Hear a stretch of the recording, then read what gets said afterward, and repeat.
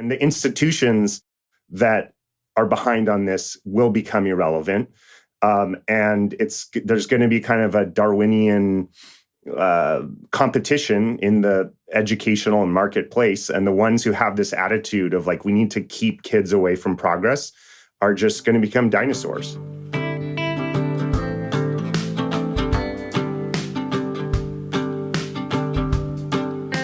Hello and welcome back to the Hannah Frankman podcast. On today's episode, I'm speaking with Michael Ellsberg, the author of The Education of Millionaires and The Last Safe Investment. Michael is a writer. He's been a writer for over 3 decades. And as you may know, writing is one of the first areas that AI has gotten really good at. So Michael is in a field that is going to be quickly subsumed by artificial intelligence. And since Michael is an intellectual and a philosopher, he started spending a lot of time thinking and writing about the implications of AI, both on the career landscape, but also on education and how we're preparing kids for the career landscape, which is why I was so excited to have him on the show. I am not an expert on AI. There's a lot I don't know about it, which is probably true for a lot of people listening to this. But if we care about education, then we have to care about AI, because AI is potentially going to dramatically change the world that we're preparing our children to enter. And it's also changing the tools that we have at our disposal to prepare our children for the real world. And so there are a lot of questions that we now have to contend with, like, what jobs is AI going to take away? Is the career landscape even going to look anything remotely like it does now by the time kids currently entering kindergarten graduate from high school? What skills do kids actually need to learn? Should teachers be using AI in the classroom? Is it actually detrimental to kids, perhaps, if they don't use AI in the classroom? Michael and I take a stab at all of those questions, as well as questions around the usefulness or lack thereof of college, how to teach kids critical thinking. Is writing even a thing kids need to learn how to do anymore? And lots of other spicy, juicy, controversial topics. We covered a lot of ground in this episode, and I hope you enjoy listening. Michael, thank you so much for coming on the show. I'm so excited to have this conversation today. Thank you. I've been looking forward to this for weeks, and I'm super excited to dive in. I have been looking forward to this too. I feel like in some ways this feels like it's been years in the making, because I met you, we were talking about this before we started recording. I met you maybe like 2018. I don't even remember when, but when I was working for Praxis and you joined one of our live sessions to talk about your book, The Last Safe Investment, which was assigned reading to every Praxis participant for years. So I've been a fan of your work for a very long time. The Last Safe Investment, especially, I felt like was really formative in my own thinking very early on as a college opt-out who was trying to figure out, what do I actually need to know to be successful in life without the traditional credentialing in my career? Your book was really important, sort of how I thought about the foundations and underpinnings of what I was building. And so I feel like I was probably prepping for this conversation for years, having read your book and then like trying to live out some of the principles of it. But I'm really excited that life has brought us here, where we're sitting here having this conversation today. And we're going to go down a lot of rabbit holes. I'm super stoked. I love rabbit holes. I'm excited that it's been a long time coming, and we've got all the rabbit holes scoped out, or maybe not all of them. We'll probably find rabbit holes within rabbit holes. I imagine so. I think we're going to spend probably a lot of this conversation talking about AI, but before we get too far into the weeds with all of that, I want to take like a couple of minutes to set some parameters for our guests who perhaps have not yet had the pleasure of engaging with your work prior to today. This is going to be a great introduction to Michael Ellsberg, I think. But for listeners who haven't read your books, can you give just like the really quick summary of like kind of the thesis of what you were covering in the Education of Millionaires, The Last Safe Investment? Because I think that's like an important preamble to where we're going today. Great. The book I'm probably most known for is called The Education of Millionaires, Everything You Won't Learn in College About How to Be Successful, which is obviously relevant to this podcast. And the way I got the idea to write this book is I was in a relationship with a woman who became my wife. We're now exes, but we're good friends. And she did not complete college. I think she had like a semester or two and she dropped out, or as you say, opt out. I really love that phrase. I don't know how I got this far. Did you make that phrase up for this? No, we use that at Praxis because the dropouts are the one who actually went to school, and opt out did, like, Okay, I didn't go at all, so I don't count right. as a dropout. I Yeah, don't get that got cool it. label. Okay. But I also, even for people who would be called dropouts, I think that's just a great term. So she Mm-hmm. was, she referred to herself as a dropout, and she was, when we met, we were roughly the same age. Like, we were both around 30. And she was earning a lot more money than I was, and she had a much higher net worth than I did. And I thought that was great. I was really happy for her, and proud that I, was exploring with someone who was so successful. And that was like a little glitch in the matrix of like, wait a minute, everything I've been told, it was like, I went to really fancy private education, Deerfield Academy, fancy prep school in New England, Brown University. And everything that I was told was that, this is the thing you do to become successful. And if you don't do this, you're going to become a burger flipper. And here I was in a relationship with a wonderful woman who was not only not a burger flipper, not to, diss burger flippers, but she wasn't one. She was an entrepreneur, and she was very successful, and she had her own business, and she was a great saver, and she'd saved up a lot of money. And I didn't like resent that at all, but it was like, it was just that first question mark of like, this narrative is, something is off on this narrative. And so then I started researching, and it turns out it's just like this really widespread phenomenon that like lots and lots of famous entrepreneurs, either didn't go to college or dropped out. And so that's how I started going down the rabbit hole. Is I thought that was a story that needed to be told. And I already had I was fairly skeptical about the higher education system because I had gone through at the very highest levels, and I hadn't found that anything I had used was even remotely related to how I was earning a living. And that, again, was another little glitch in the matrix. Like, wait, if this was the thing I needed to do to prepare for adulthood, and all of the skills I'm using to support myself were learned outside of college, again, there's a little, chink in that narrative. And I just started teasing those out, and that became The Education of Millionaires. And what I did was I interviewed 5 self-made billionaires and 50 self-made millionaires who either dropped out of college or didn't go to college.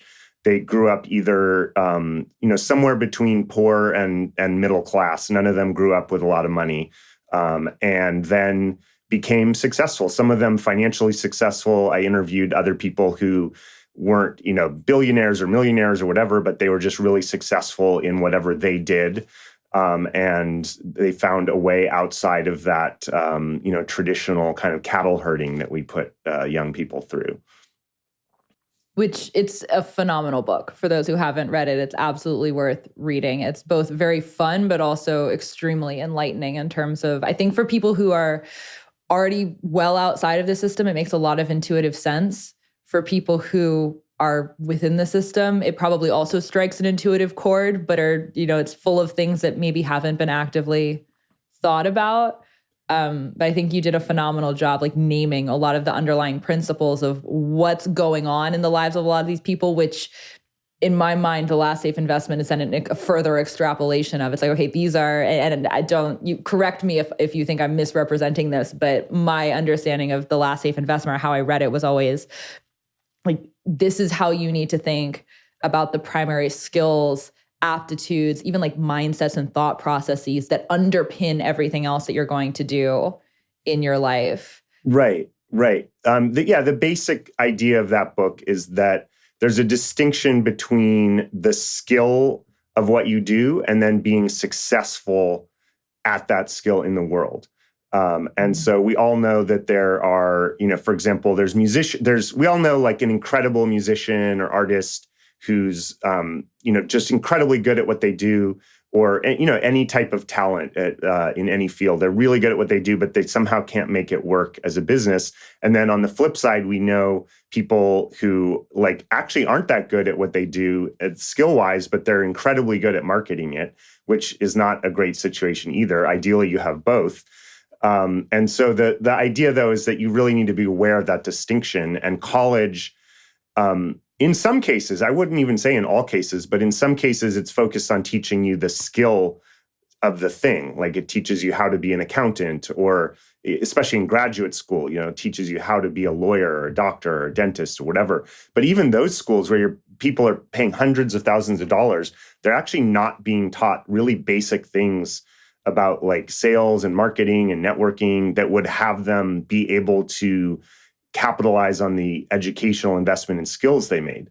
And I think that's a huge, huge shortcoming of the entire educational system, is that it purports to teach these skills, but then it's unaware of this distinction that there's other stuff you need to learn about how to actually make your way in the world successfully with those technical skills.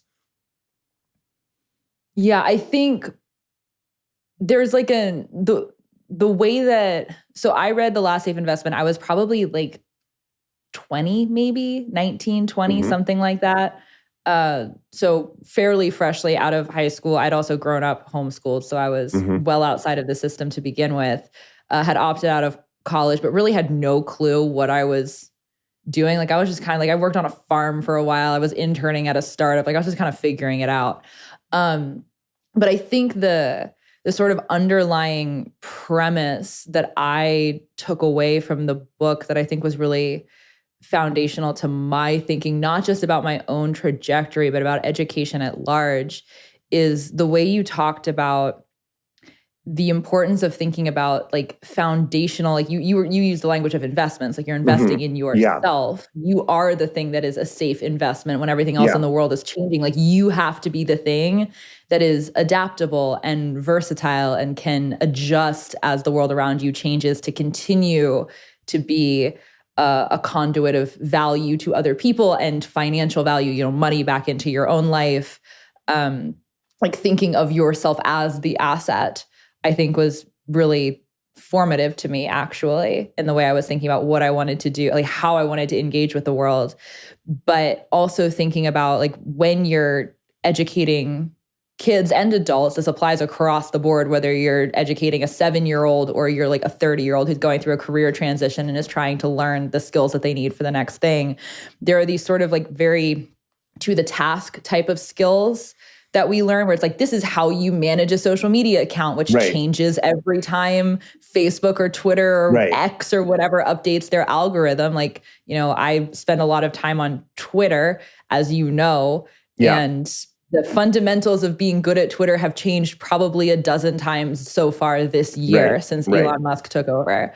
So there's the skills side, but then there's the underlying, what makes you good at acquiring the skills in the first place. And that's the thing that's far more important to teach kids or adults or whomever you're working with. Because once you have the foundational ability to learn skills in the first place and engage with the real world, sell your skills, network with people, be able to connect with them so that they can help you. Once you have these more timeless skills, then the other things you can iterate learning the specific to the task skills again and again and again. Which is very intuitive sounding, but most people don't think about education that way at all. And I found that, I feel like that's a very core underpinning of how I think about what is important in an education.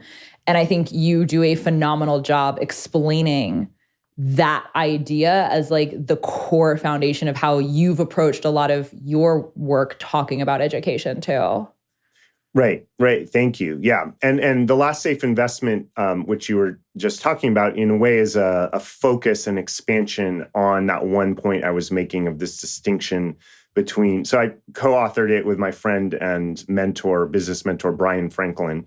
And the ideas were really a melding of ours. And we talk about super skills versus ordinary skills. So ordinary skills are just what you would learn to practice your profession. So in your case, like social media manager, and as you were saying, like the things you need to know change, especially in that field, almost every several months. And whatever field you can imagine, there's things you need to learn. College purports and graduate school purports to teach those things. In some cases it does, but often actually it doesn't even teach those things. Like I've heard, I'm not an expert in this at all, but I think one of your podcast guests, I can't remember his name, was saying that actual teacher colleges don't teach teaching.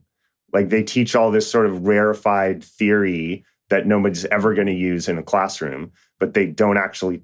So they're not even teaching you the skill of teaching. I don't know if that's true in all cases, but that's what he was saying is common. But even when you're learning the skill, that's just the thing that you could directly exchange for money in a workplace or in a marketplace. But what we talk about is a set of skills called super skills, which I'm sure we're going to be talking plenty in this podcast, which is a set of skills that will help you navigate and be successful in the world, no matter what your profession, no matter what ordinary skills you have, and no matter what the economic environment is, whether it's a bull market, a bear market, or anything in between. And these are skills really that any young person should be learning. And they're actually more fun to learn than most educational skills, like even the ordinary skills or the facts kind of memorizing that happens in so much of education. And they're just some like really basic things that people should be learning about how to navigate their way in the world that are going to help them earn more money from whatever specific ordinary skills they're learning. And it's not just about money, just help enjoy life more, be happier, healthier, have more fun, all of those things. So part of the reason I'm so excited to have this conversation with you today is because I think a lot of how people are thinking about the fundamental skills that kids need to learn is being very rocked right now with the emergence of some rapidly evolving and sometimes frightening technology known as artificial intelligence. Yes. Yeah. And the thing that sparked this conversation happening was a very spicy and eloquent post that you made on Facebook where you argued that teachers and professors banning the use of AI for kids who are completing assignments is professional malpractice, which is a very interesting stance to take compared to, like, I mean, you and I both spend a lot of time on Twitter. Yeah. I talk to a lot of people and see a lot of people show up in my feed who actively are arguing against kids using AI. It's like, we just don't even know what to do with this. Like, this is just clearly it's cheating and it's not allowed. And you're making the polar opposite argument, which is if you're not allowing this, you're doing the kids a disservice. Can you talk about that a little bit? Absolutely. Yeah. So, and obviously I don't mean professional malpractice in a literal sense, the way like a doctor or lawyer might do. But what I mean is insofar as a teacher's job is to prepare young people for the world that they're going to be entering into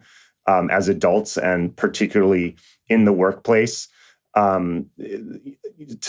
least to some degree, there's an idea that education, especially college, is supposed to prepare you for the skills you're going to encounter in your workplace.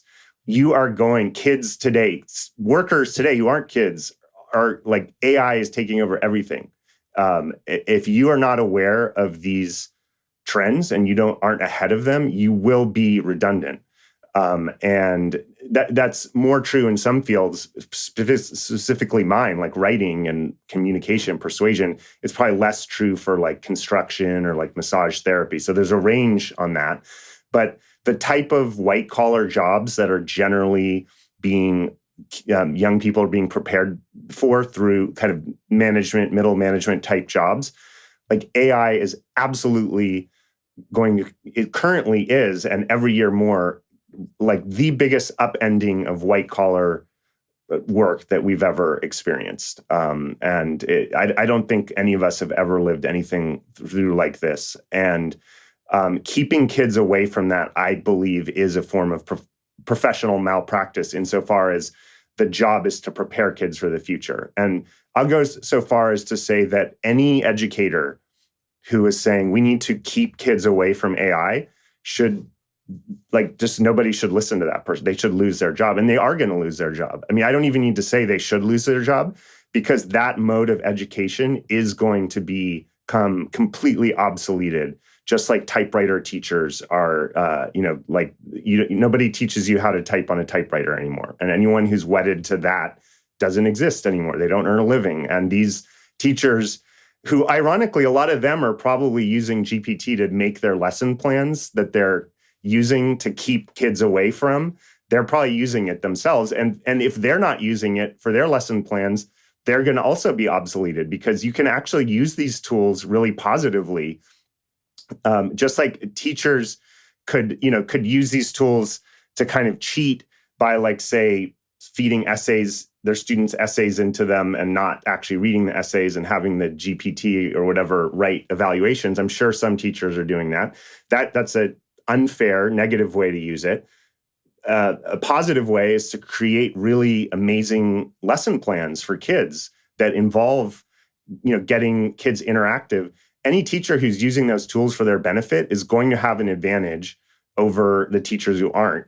So basically, yeah, the teachers who, it's not even saying like they should be kicked out, they just will be kicked out. And the institutions that are behind on this will become irrelevant. And there's going to be kind of a Darwinian competition in the educational and marketplace. And the ones who have this attitude of like, we need to keep kids away from progress are just going to become dinosaurs. So I have a lot of thoughts in response to what you just said. And generally, you and I are, like, I think, fairly on the same page about a lot of our spicy takes about education. Mm-hmm. But there are a few different parts of this that I want to dig into and pull apart more. So first of all, you're a writer. Mm-hmm. And I've heard you say multiple times in multiple places that AI is a non-zero existential threat to your career. Like, AI can write an essay faster than you could start drafting an opening line to an essay. Mm-hmm.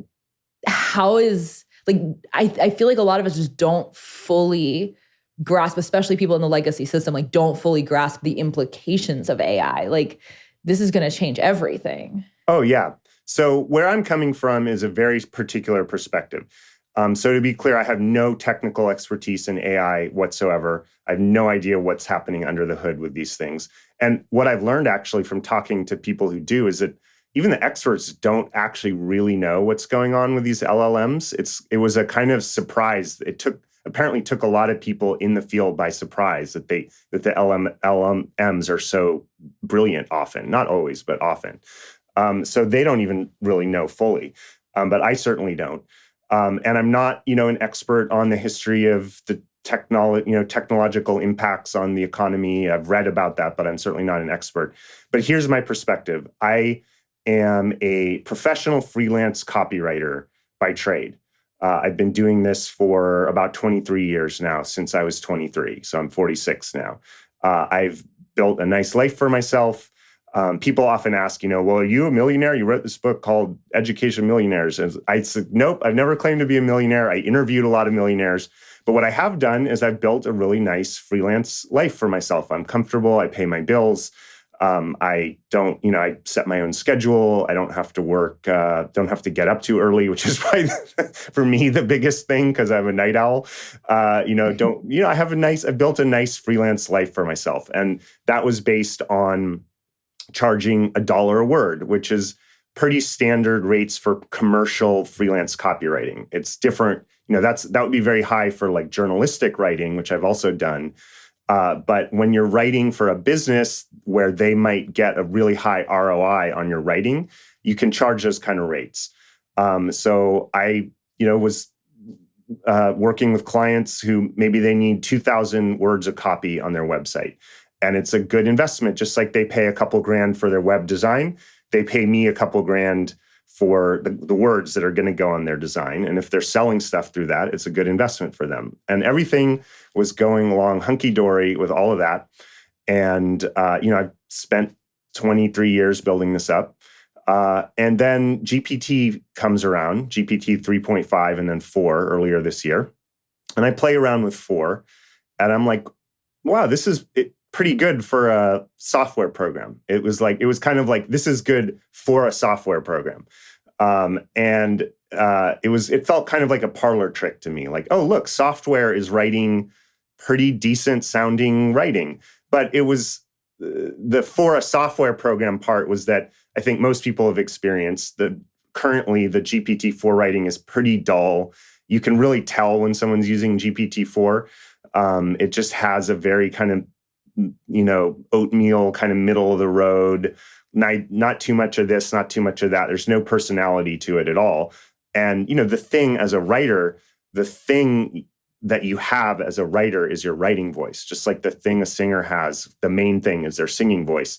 And the writing voice takes time, and it's your trademark. And GPT just doesn't have a writing voice. It's just really dull. It's kind of just like, imagine Wikipedia writing, which it sort of is, because it's just trained on a lot of stuff like Wikipedia. So I'm like, all right, this is interesting. Keep tabs on this. I'll see where this is going. Maybe in a year it'll be something that needs to be up more on my radar as a copywriter, but I'm certainly not going to incorporate it into my business. And I'll let people in on a little secret here, that I have a tool that I discovered that's not GPT. And I actually, in my marketing, Facebook posts, whatever, where I solicit business, I actually don't even mention the name of this tool, because honestly, like, a huge part of the advantage I'm giving my clients is just turning them on to this tool rather than GPT. And I feel like, hey, if I'm going to be put out of work, they should at least pay me to help me help them put me out of work. But since you're all actually taking the time to listen to me, I'll just give you this bonus, is that Claude.ai, CLAUDE.ai,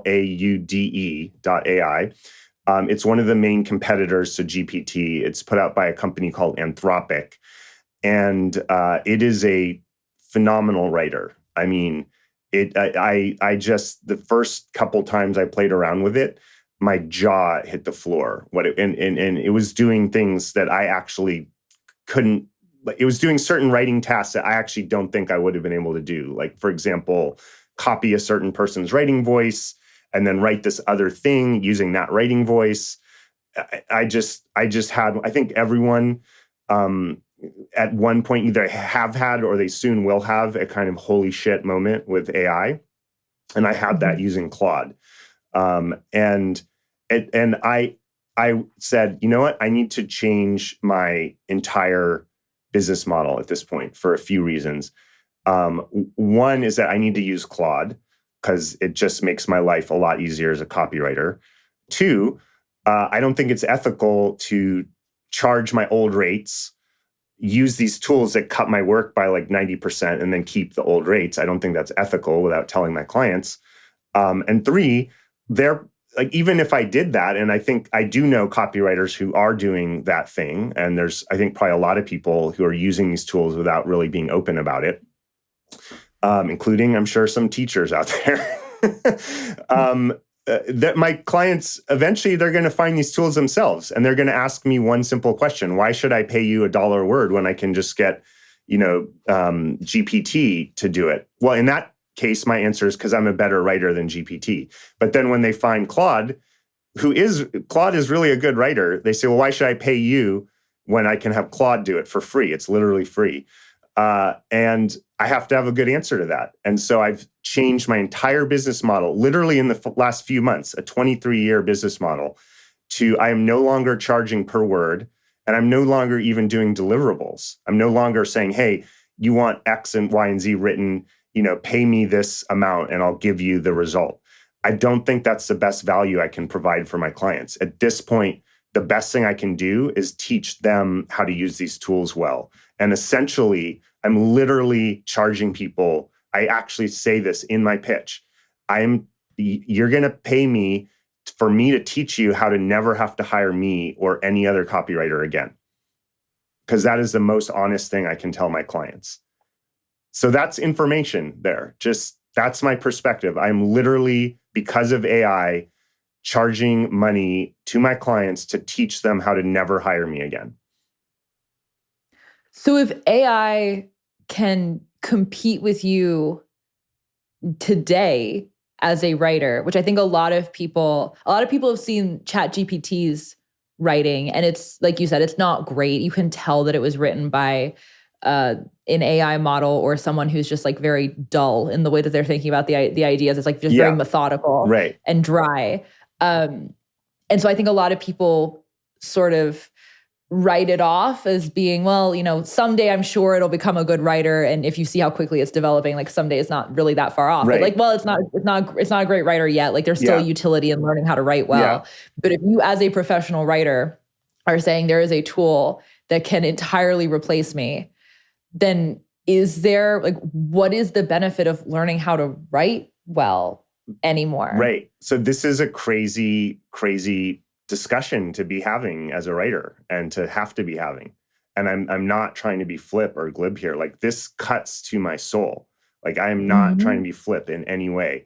In fact, I'm writing fiction to deal with my existential angst around this issue, which is fortunately a good kind of grist for fiction, existential angst. So I would say right now that like I've played around with it just to see how it engages with the fiction and literary. I'm writing a literary memoir. It's called Joyful Pessimism, a memoir of sex, mental illness, and philosophy. I had a whole journey with bipolar in my 20s and 30s, which is, knock on wood, complete. For well medicated, and a lot of other things have. I get to look at that in the rearview mirror and write a memoir about it. And then it's very experimental. I'm incorporating this like dystopian fiction, interweaving with the memoir that's like future projected into this really like dystopian future where AI has like displaced all human economic activity. So I'm dealing, like that's my benefit from all this is I get really good grist for like dark dystopian fiction.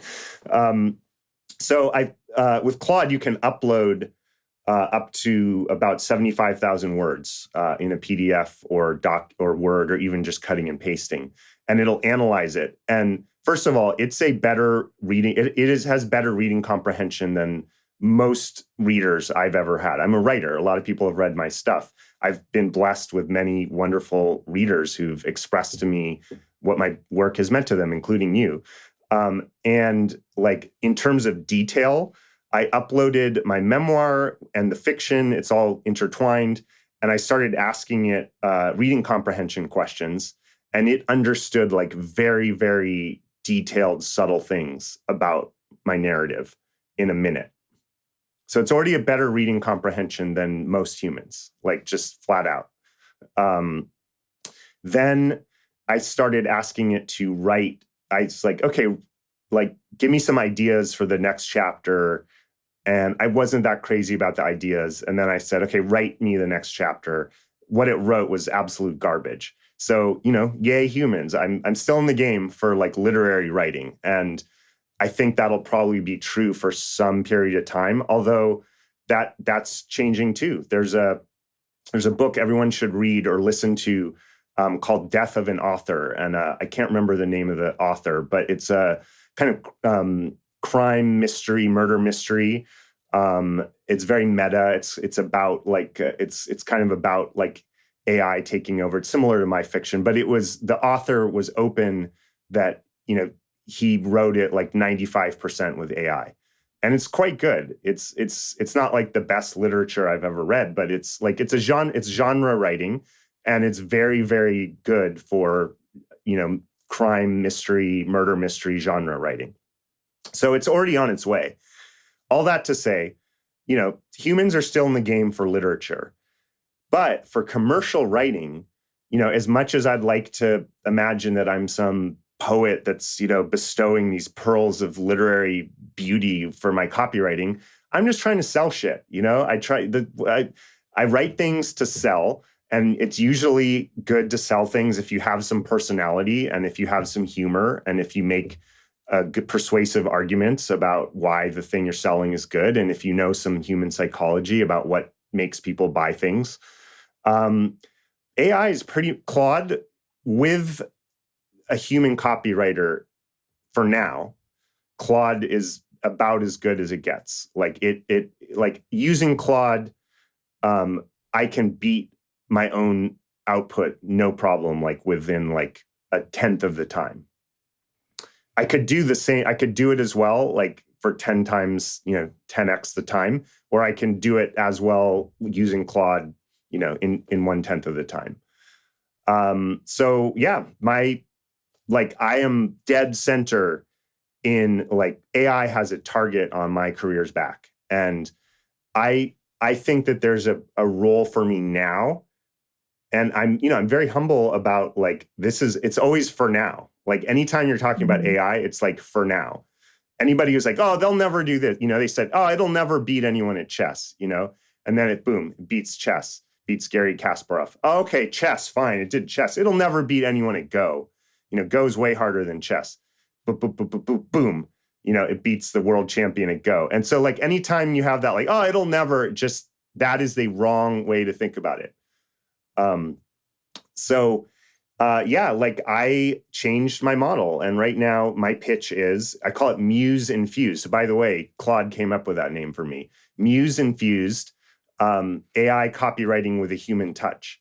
Notice I didn't say human copywriting AI assisted. I said AI copywriting with a human touch, because I think that people who try to use these tools for my profession without being professionals are still, I'm noticing, not getting the best results. But if I do all the onboarding, I do the normal intake, I find, the client's writing voice, what their market is, what they're trying to sell, what their customers' pain points are, all those standard copywriting things. I do all that. I apply my creativity into it. I train AI to produce either the client's writing voice, or they can say some other writing voice, that they like. I can get the AI to write in that voice. And then, set them off to the races. So I still have value here, but yeah, this is massively upending my field. And anybody who thinks that anyone who does something that you can do at a desk and thinks that that the AI is not coming for them is in for a really unpleasant surprise. So my biggest message is like, get ahead of this curve if you can. I think a lot of people, like I've had a lot of conversations with people who feel the same way that you do, that like they see the writing on the wall, it's already affecting their career in some way, they're making pivots because of it. I think a lot of other people are kind of ambivalent about the impact of AI. They're like, yeah, it's a fancy new tool that people on Twitter are really excited about. Okay, like sure. And I think it's easy for people to miss some of the implications of this if it's not something they're directly playing with and experiencing. And I'll put myself in that camp to some extent. Like I've had a lot of conversations with people about AI. I'm very aware of the powers of it, but it's not something, like I don't feel the existential dread yet. And I also make a living doing things that AI will probably take over. I'm also a writer. I'm also more of a Twitter writer and an article writer, but like I spend a lot of time writing. I spend a lot of time working with clients, helping them with content creation that AI is very quickly going to be like, right now it's just making my life easier. Right. But eventually it'll make me irrelevant entirely. And I think, it's, for me, it's easy sometimes to not get too caught up in it emotionally, or like, it's like, well, I'll adapt. Like I've always adapted. I'll be fine. Which I think is part of it. Like we will adapt. We have to do something. Like we'll figure it out. Humans always do. We're incredibly resilient creatures. Right. But I think we don't necessarily, I think most people don't have any intuition whatsoever about how to even categorize this, like the magnitude of this, compare, like how to make sense of it in a historical context, let alone what to do with it, which we'll bring back to education in a second, because I think like that's kind of where I'm going with, like there are pieces to this conversation before we get back here, but like eventually I want to talk about what this means for teaching people how to navigate a world in this. I mean, we're obviously just starting to figure it out, but I think it's really easy for people to sort of just underappreciate or perhaps not appreciate at all the significance of this on a historical level. Like what, the mind tries to draw analogies, right? So it's like, okay, so humans have been creating leverage on their own limited biological capacities for as long as, like, since we first had the idea to, hammer two rocks together to, like, as a tool to, like, crack open nuts or shells or something. Like, we've always been trying to figure out how to leverage our capacity. We invented things like levers and then things like excavators. Like we have, small tools, shovels, like, again, like levers, things like this that are very hammers. And then eventually we created like full-on hydraulic lifts and presses and excavators and all kinds of crazy equipment. And all of these things are like expanding the capacity of what a human is capable of, but there's like still a human involved in the operation of this. It's just expanding the capacity of what a human can do. And when you look at the history of innovation, I'm going to play devil's advocate for a second because I'm really curious to hear your expansion of this. I like devils and devil's advocates. Okay. there have always been people who are, not exactly the Luddites, but the people who are kind of fighting or like saying, like they're either fighting change or they're kind of the doomsayers of the change that is emerging. Right. There's a really great book called The Box about the story of the shipping container, and which is like a weirdly recent invention.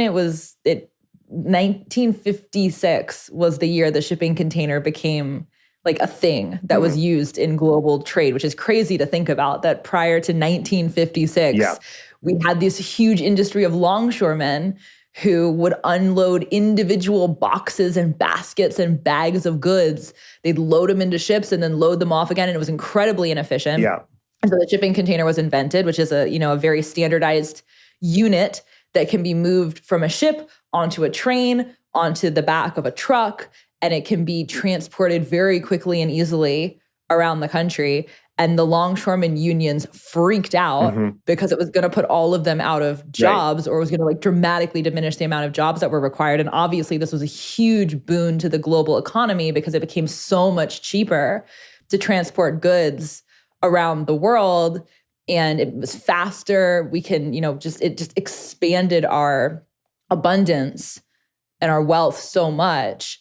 But, if you were a longshoreman, you were like, this is just like destroying everything in our lives. And when you look at it from retrospect, you're like, well, it changed everything, but it was, like in a good way. Yeah. Like it was a huge net positive. And I think when people think about AI, they're trying to compare it to things like that. Right. And I'm not sure it fits. Like it's a scale, like it's different. Like, and this is the conundrum, like every new thing that occurs is different from everything that we've seen before. But I'm curious to hear how when you think about AI and the implications of it, this is a very long-winded question, when you think about AI and the implications of it, both economically, culturally, individually, in terms of like how people live their lives, are there ways that you compare it in terms of magnitude to other changes that have occurred throughout human history? Do you think it is different? Like, how do you square this circle? Great. I love this question. It's such a good question. I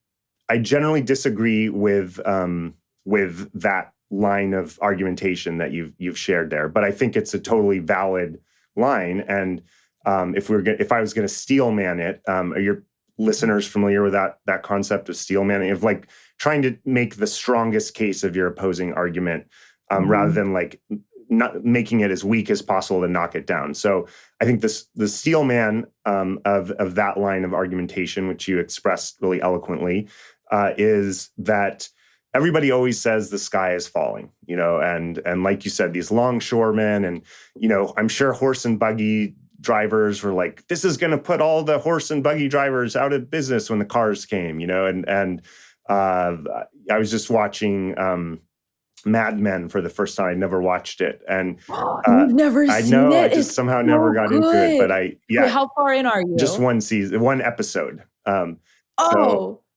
Okay, well, we'll come back to this next time I have you on the show. We'll talk about Mad Men. Okay, great. So there's a scene in that first episode where they have the switching room, right? Where the women, it's back then, this was a job that was pretty much done by women. There's young women in this switching room where they're putting in the different plugs to put the calls through, right?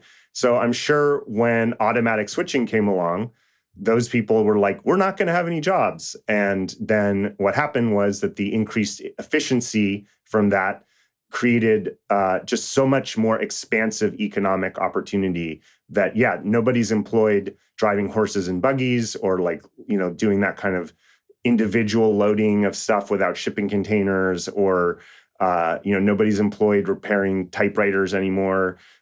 People aren't employed putting manual switches, but the increased efficiency creates so much economic growth that new jobs that horse and buggy people and telephone switchers couldn't even imagine. Now they're doing those jobs, and those jobs are actually even better. They're more money and less stress, and it's all expanding. I would say probably the strongest counter argument to my viewpoint on this is that because I believe a lot of people are going to start losing jobs quickly. I do believe that's going to happen. And the steel man argument there is that, okay, that will happen. They acknowledge that. But the increased efficiency will create new businesses. People will have more money. Consumers will have more money because their goods and services will become cheaper. So they'll have more money to spend on things, which will create new businesses to expand and hire more people. And that's all possible. I do not have an economic crystal ball.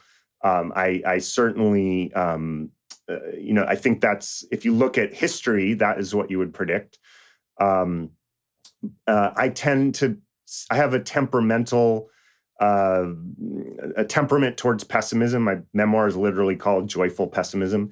But I might have been one of those people in the past who was like, the sky's falling, everything's going to end. And that's kind of how I am now. So maybe it's just my temperament. Maybe I just am a one-note Johnny, and I can only see the negative side on this. However, all that said, let me ground it back to the field that I know, which is writing. So I'm a kind of late Gen X, born in 1977. So the thing that typifies late Gen Xers like me is that our childhood and teen years were analog, and then digital really came in our kind of late teens, early 20s. So it was kind of analog childhood and teens, and then just at the beginning of the digital age, right as we're entering the workforce. So I literally have typed on an actual typewriter. I'm a dinosaur. Typewriters are around, and then so I go from typewriter to very early word processing, really, really unimpressive, Commodore 64, early word processing, MS-DOS, no mouse, no graphical interface. What was my response to that? My response is, wow, this is going to make my life a lot easier. I mean, I was a kid, but basically I enjoyed it. Okay, I can write more stories, and this is going to make my life easier as a writer. And every other technology that's come along since then, that has been my response, is oh, wow, internet, I get to do research. I can do more research. I don't have to go to the library. I can, the huge boon to my productivity as a writer, huge boon to what I can charge, because I can, I can research things much faster.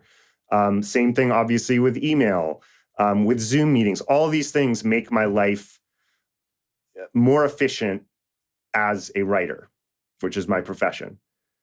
None of those things could replace me as a writer.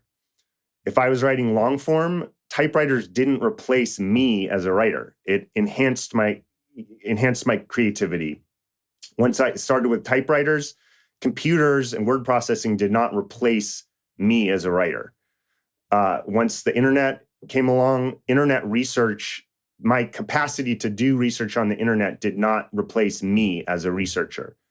All of these things, on and on and on, and even when I was early 2023, when I came along with GPT, I'm okay, this could replace me one day, but it's not there yet. Then I find Claude, And that is when I have my holy shit moment where I say, wow, this actually could replace me.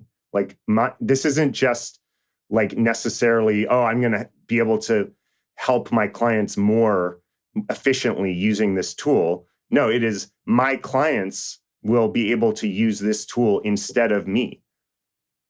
My clients had the same word processing. I didn't say, oh, they have word processing. They don't need to hire me as a writer because I'm the creative person. I'm the one with the skills.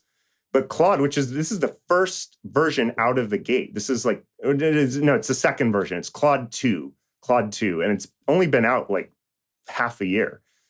Like out of the gate, it's better than, I can just say in my industry, I don't know how it is, these things are for other industries like coding or math or whatever. But for writing, first of all, Claude is a better take people who are literate. Just that's our sample size. People who can write. Claude is probably a better writer than 95% of humans at this point. 95%. Now, there's professional writers like myself where I'm bad at most things, but I'm really, really good at writing because I spent a quarter of a century or more working on that. It's giving me a run for the money. I'm still in that one, like 5% where I can beat it on the thing that I do, which is like a specific type of writing. If I needed to then like write that in a different language, it's got me beat. If I needed to translate it into some technical type of language that I don't understand, it's got me beat. So I can still beat it in this very one little area. So my point to that is, on the broader spectrum of what you were saying, is that there's a difference between tools and intelligences. A word processor is a tool. A car is a tool. An automatic switching is a tool. A platform, Claude, is an intelligence. I couldn't give you a formal definition of intelligence and say, well, this checks all these boxes and it's intelligent. But if you play enough around with it, like, it's fucking intelligent. In fact, it's more intelligent on cognitive tasks than most humans. It really is, especially if you look at the broad scope. I mean, most humans probably have one or two areas where they like know more about the AI than the AI does. But if you just look at broad, I mean, it knows a lot about almost everything, almost all human knowledge. And that is actually smarter than most humans. Most humans don't know a lot about most things. They know a lot about a few things and then a little bit about a lot of things. Claude and GPT know a lot about a lot of things. And they can be generative. It's called generative AI. So really, okay, historically, you're asking for historical analogies. There is no historical precedent for this. There really isn't. Humans are the first broadly intelligent species on planet Earth. There are obviously many forms of animal intelligence. Any pet owner knows that. Different kind of animals have different intelligence. Animals have certain capabilities that we'll never have. Like there's a famous philosophy paper. What is it like to be a bat? Like humans aren't very good at echolocation. But for general purpose intelligence, the type of intelligence that comes up with scientific explanations, for example, as a paradigmatic example, humans are it on the planet so far. And it's becoming pretty clear pretty fast that we're creating our own children in this regard. And I'm not a parent, but I'm sure that parents out there have had this experience of like, oh my God, my kid is like a better musician than I'll ever be. Or my kid's better at math or better at whatever than I'll ever be. We're creating our own children that are, for physical tasks is different. But that's a whole different question with like robotics and all that. But for cognitive tasks, we're creating our children that are going to be more intelligent than all of us are by like orders of magnitude. Like we can't even imagine. It's not there yet, but we're creating like what's going to be cognitively just far, far more intelligent than us in terms of its ability to analyze things, come up with things, take in data, synthesize it, analyze it, spit new generative things out that are relevant to the environment. We've just never had that. It's never happened. This is a completely new phenomenon in the history of humanity. And honestly, I would say in the history of life. And it's really broken on the scene for most average non-technical people like us in 2023. We're in like year zero of this trend. Have you ever read Venkatesh Rao's Breaking Smart? I haven't, no, but I've read some of his other stuff and I really like him, but I haven't read that one. Okay, so this, it's been a while since I've read it, so my paraphrase might slightly butcher the framing of the argument that he's making, but the sort of underlying premise of the series, I think it's a 22 essay series or something like that, and is built around the Marc Andreessen quote, technology or software is eating the world. Mm-hmm. And the idea is that throughout history, we've had, tons of new technologies that have been invented. We're constantly innovating and creating new tech. But there have been a handful of technologies throughout history that have been what he calls soft technologies, which sort of infiltrate everything else. So things like written language and money, Mm-hmm. and like the idea of having a currency Right. that holds value separate from the items being purchased, Right. completely changed. Yes. It infiltrated Yeah. every other industry Yeah. and completely changed how we engage with each other. Software is the most recent one, is the idea that he's putting forth in this essay series. And the idea is that it completely changes how we, like it's going to change, it already has changed every industry. Mm-hmm. And we're clearly we're still in the early stages of living in a world where software exists, but it's, taken over commerce, it's taken over transportation and logistics, it's taken over hospitality, it's taken over education. Like every single field now has these underpinnings of software. And that has huge implications to how we exist as a species and a culture when, you have this technology that's infusing everything. And I don't know if that's enough context to answer the question that I was going to tee up if you had read the essay series. But I'm just curious how you see something like AI in relation to something like tech overall, or software, to be very specific, because I just use technology in a more broad sense. But how do you see AI specifically relating to the dramatic change that we already were seeing with software? Because even that, I feel like a lot of the legacy systems haven't even come close to catching up to yet, which we'll talk about in a little bit. But we've done a terrible job, especially in education, adapting to the fact that the internet exists. And then this is yet another leap. Right. Great question. So if you think of any profession that college graduates, let's say, are likely to go into, typical things: management consulting, investment banks, preparing to be lawyers, preparing to be doctors. Middle management is a kind of catch-all phrase for a lot of the type of jobs that college graduates end up in. Like all of these right now, not tomorrow, not in a month, not in a year, right now, AI is washing through all of them. And just like many of your listeners are in the education field and they've been kind of blindsided. I think everyone was blindsided. I was. I think most people, we just didn't expect these tools to be this good, this fast. At least maybe they were the professionals, maybe some of them were expecting it. But I think I've talked to a lot of them. I think a lot of them actually were quite surprised too by how these LLMs, just how smart they are. So every field is readjusting. Oh, we have competition. Oh, we have new tools that are going to change everything. And so any field that students are going to go into is currently, not in 4 years when students graduate, not in 10 years when current high school kids graduate. Now, today, is being completely transformed. This isn't hyperbole. This isn't bullshit. I'm from the Bay Area. I've heard lots and lots of tech bullshit. I've heard every wave of tech bullshit. This is not tech bullshit.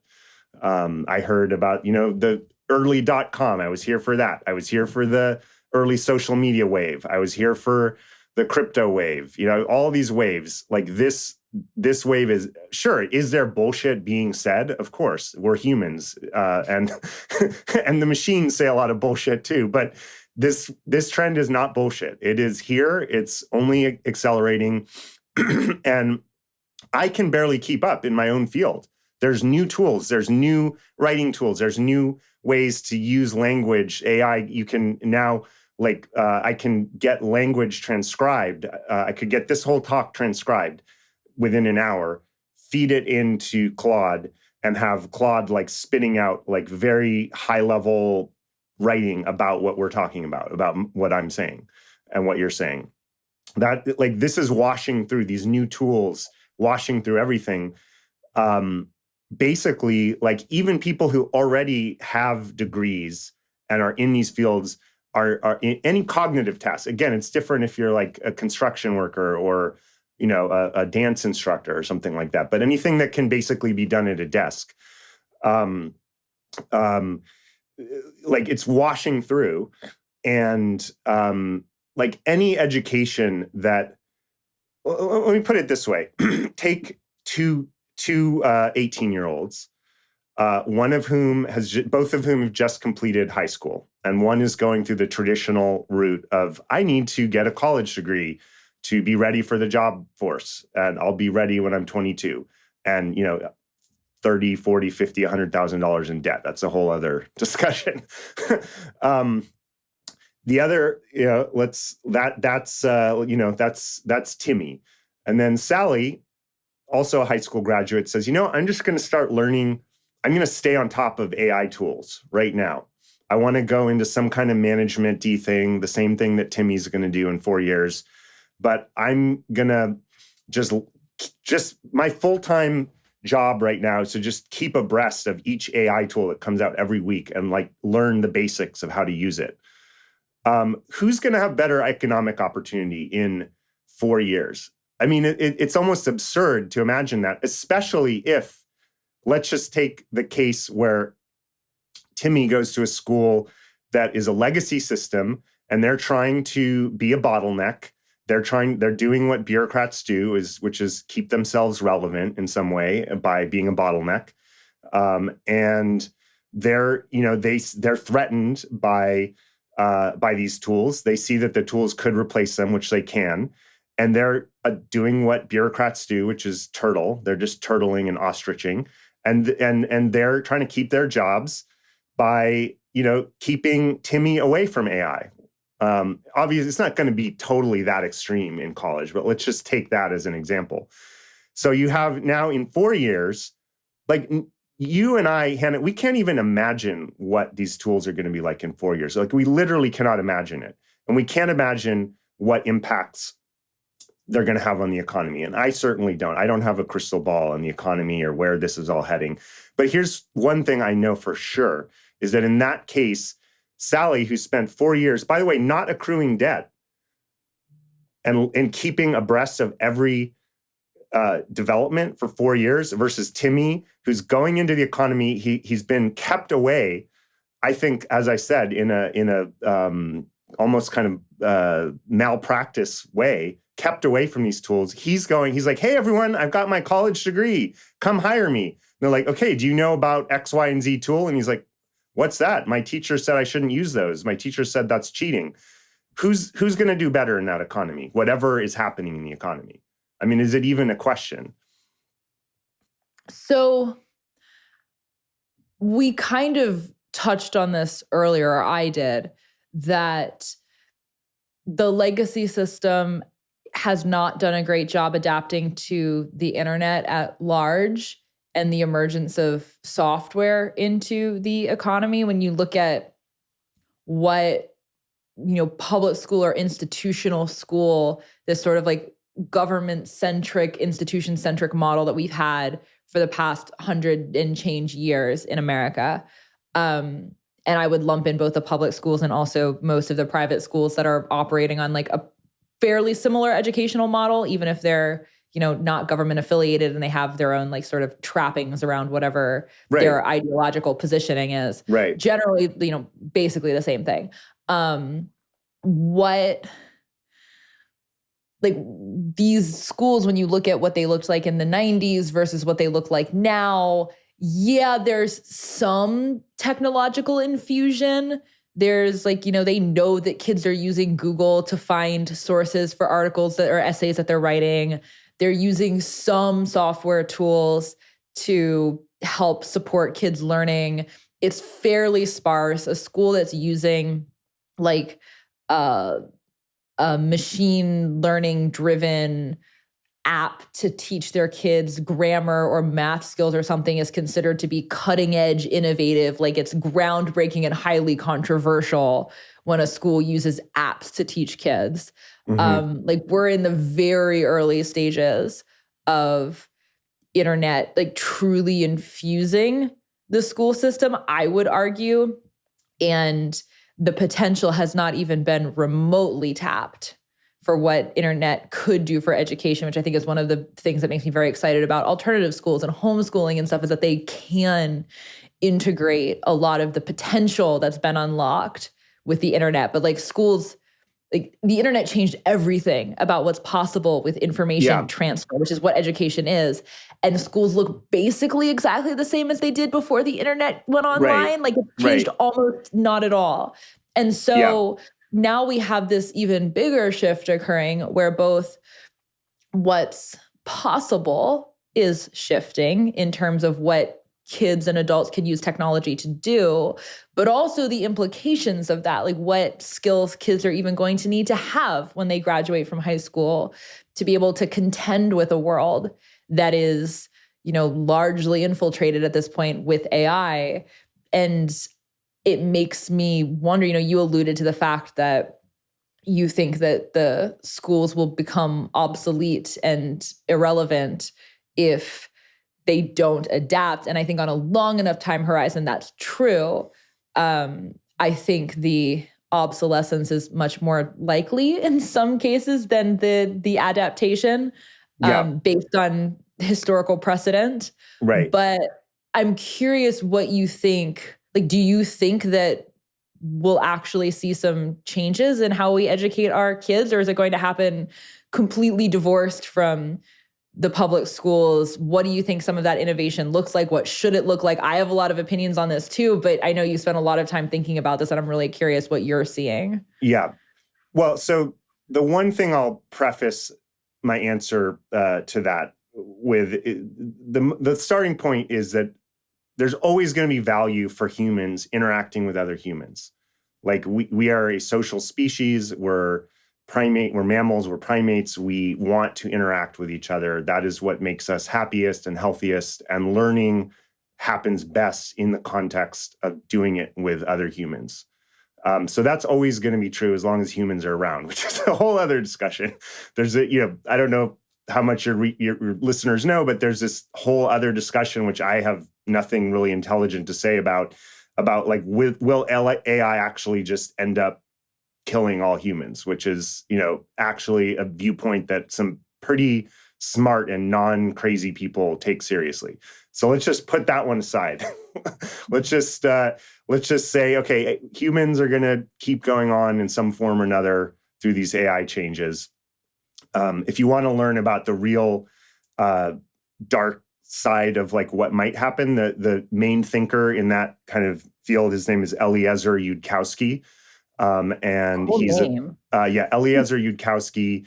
He was thinking about AI risk when it was just sci-fi. It just sounded like people sitting around talking about sci-fi. And like a lot of the things that he was concerned about have come true and are actually happening faster than he might have thought. So yeah, he's very, very smart. He's got a very, very dark view on all this. So if you want a smart, very like apocalyptic dark view on this, that's the guy to go to. And so I'll just leave that debate aside. And like, let's just assume, there's going to be a place for humans going forward. The AI is not going to just be Terminator and kill us all for sake of discussion. We should hope. We're always going to want to interact with humans. So that's always going to be a baseline.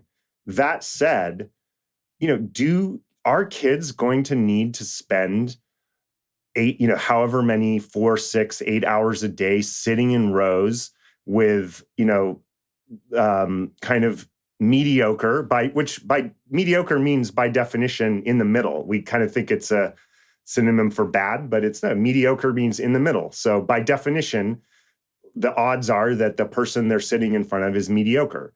Just statistically, that's by definition. So sitting in rows, they'd rather be out. Kids would rather be out playing. They'd rather be out, playing with their friends and playing in nature and getting dirty and learning things by doing. So our system sits them in rows. This is all stuff you've written about and covered a lot. Is there going to be a need to have them do that to get this kind of mediocre instruction from a well-meaning person who is good at what they do from this sort of mediocre bureaucratic perspective? But the kids, for any of those functions that require like a smart person in front of the room, like saying things and instructing things, these tools are incredible tutors. That's probably the best use case in education right now, is like, these are free, very good tutors for any topic for any student. Are they 100% accurate? Of course not, but neither are humans. As we all know, humans, there's a book called Lies My Teacher Told Me. Humans have all kinds of biases as well. So everything I say, the asterisks on everything is like fact check. Like whatever the shit says, especially if it's something that's like a statistic, a date, a fact, that's a big problem with these LLMs that they haven't figured out yet. Is it, instead of just saying, I don't actually know the answer to that question, it kind of does what a lot of us are taught to do in college. It's just bullshit. It's just bullshit. It just comes up with things. So you got to fact check, but that in itself is a skill. That's a great skill. Saying I have this basically free infinite tutor on any topic I could possibly want, 24 hours a day in my pocket, wherever I am, that there's an internet connection in any language I possibly want, and on the most arcane, like detailed topics. And let's say it's an 80% accurate tutor. So great. One of my skills is I got to find which is the 80% that's accurate and which is the 20% that's not, which is actually the critical thinking that educators are always saying that they're there to teach kids. So just teach them that. Teach them, here are these AI tools.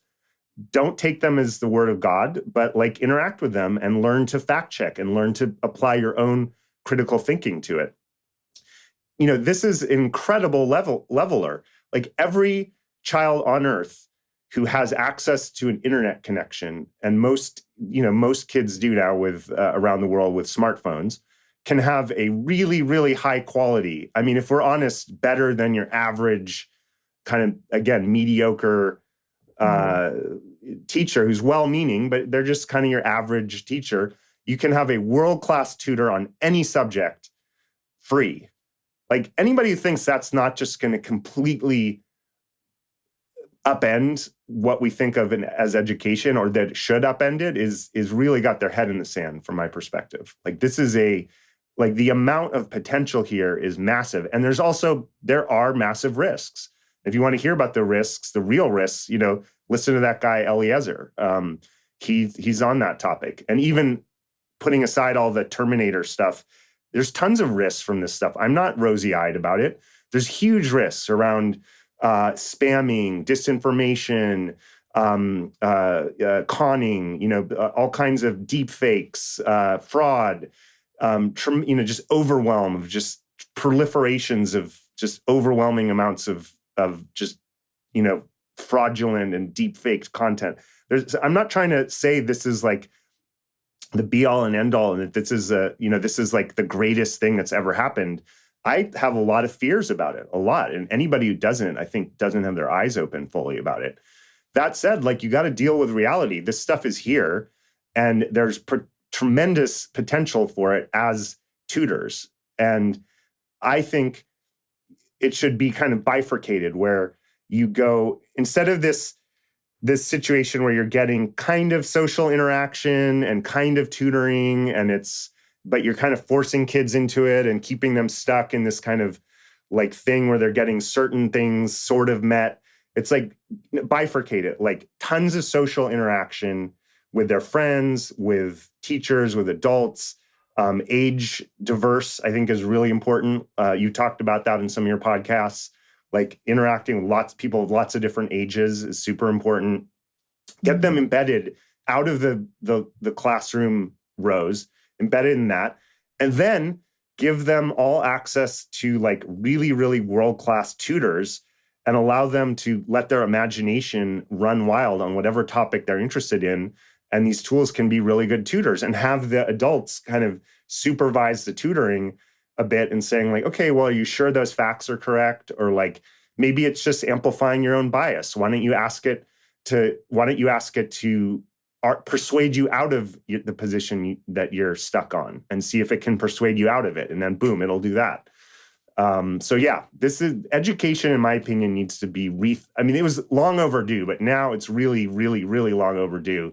It needs to be completely rethought from the ground up. I do not think it can be reformed. I think that the way it's going to be reformed is that the legacy institutions are going to go extinct, most of them. The top ones, the Ivy League, there's always going to be people who want a Harvard degree. There's always going to be people who, want an Ivy League degree. But certainly the third, I don't know what may or may not happen with the second tier colleges, but like the third tier colleges, like kind of no-name state colleges, like those are done. No, that's an absolute waste of time and money at this point. I think I have a lot of thoughts in response to what you just said. There are a few pieces of this that we'll dig into, but so you're talking about the use of AI as a tutor to support kids in their learnings, as opposed to just, sitting the standard classroom model which is incredibly inefficient when you think about the scale of the internet. It has been for a couple of decades at this point. Like we've had more efficient options for giving kids information than having one teacher for every 30 students in front of the classroom. And I think some of my thoughts, like at first glance, I think some of my thoughts on this sound a little contradictory, because I am both the advocate for great scale. It's like you could have the best teachers in the world doing educating kids on their area of expertise. And then simultaneously, I'm also an advocate. It's like, why do we have 30 kids in a classroom with one teacher? Like they need more individualized attention. And I think the models of the future that I'm most excited about are the ones that embrace both, where you're getting your instruction from the best in the world at, in whatever area, but then you're getting your support, your coaching, your facilitation in a very small, very localized, as much one-on-one as possible type of potential. And so I think as some of this starts to shake out, the models that I'm most excited about that people are building are the ones that straddle both sides of this equation. But the question of,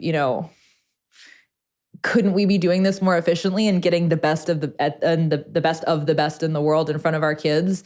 That question needed to be posed a couple of decades ago, because the internet, the minute YouTube went online, it started to be proliferated with educational content. And a lot of that content was from highly qualified, extremely brilliant people giving talks, posting recordings of their lectures, recording series specifically for YouTube, like Salman Khan, who created this series of math videos. For those who aren't familiar with the story of Khan Academy, he was just creating tutoring videos for, I think, his nieces and nephews about how to do math, because they weren't good at it, and they were learning and he was good at it, so he could help them.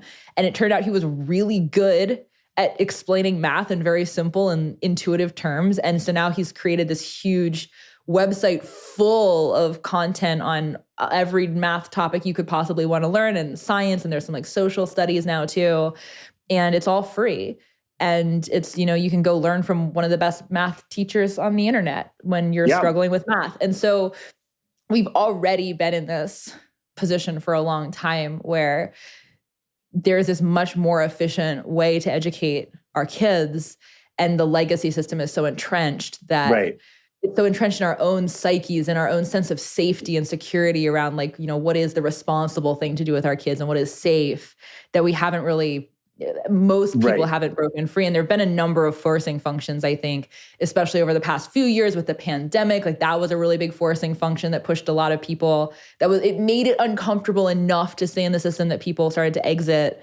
But I think there are some schools that are doing a really cool job integrating AI into their approach to education. So there's a school here in Austin called Alpha School that their whole model is that they don't have teachers. So their students learn all of the academic subjects through apps.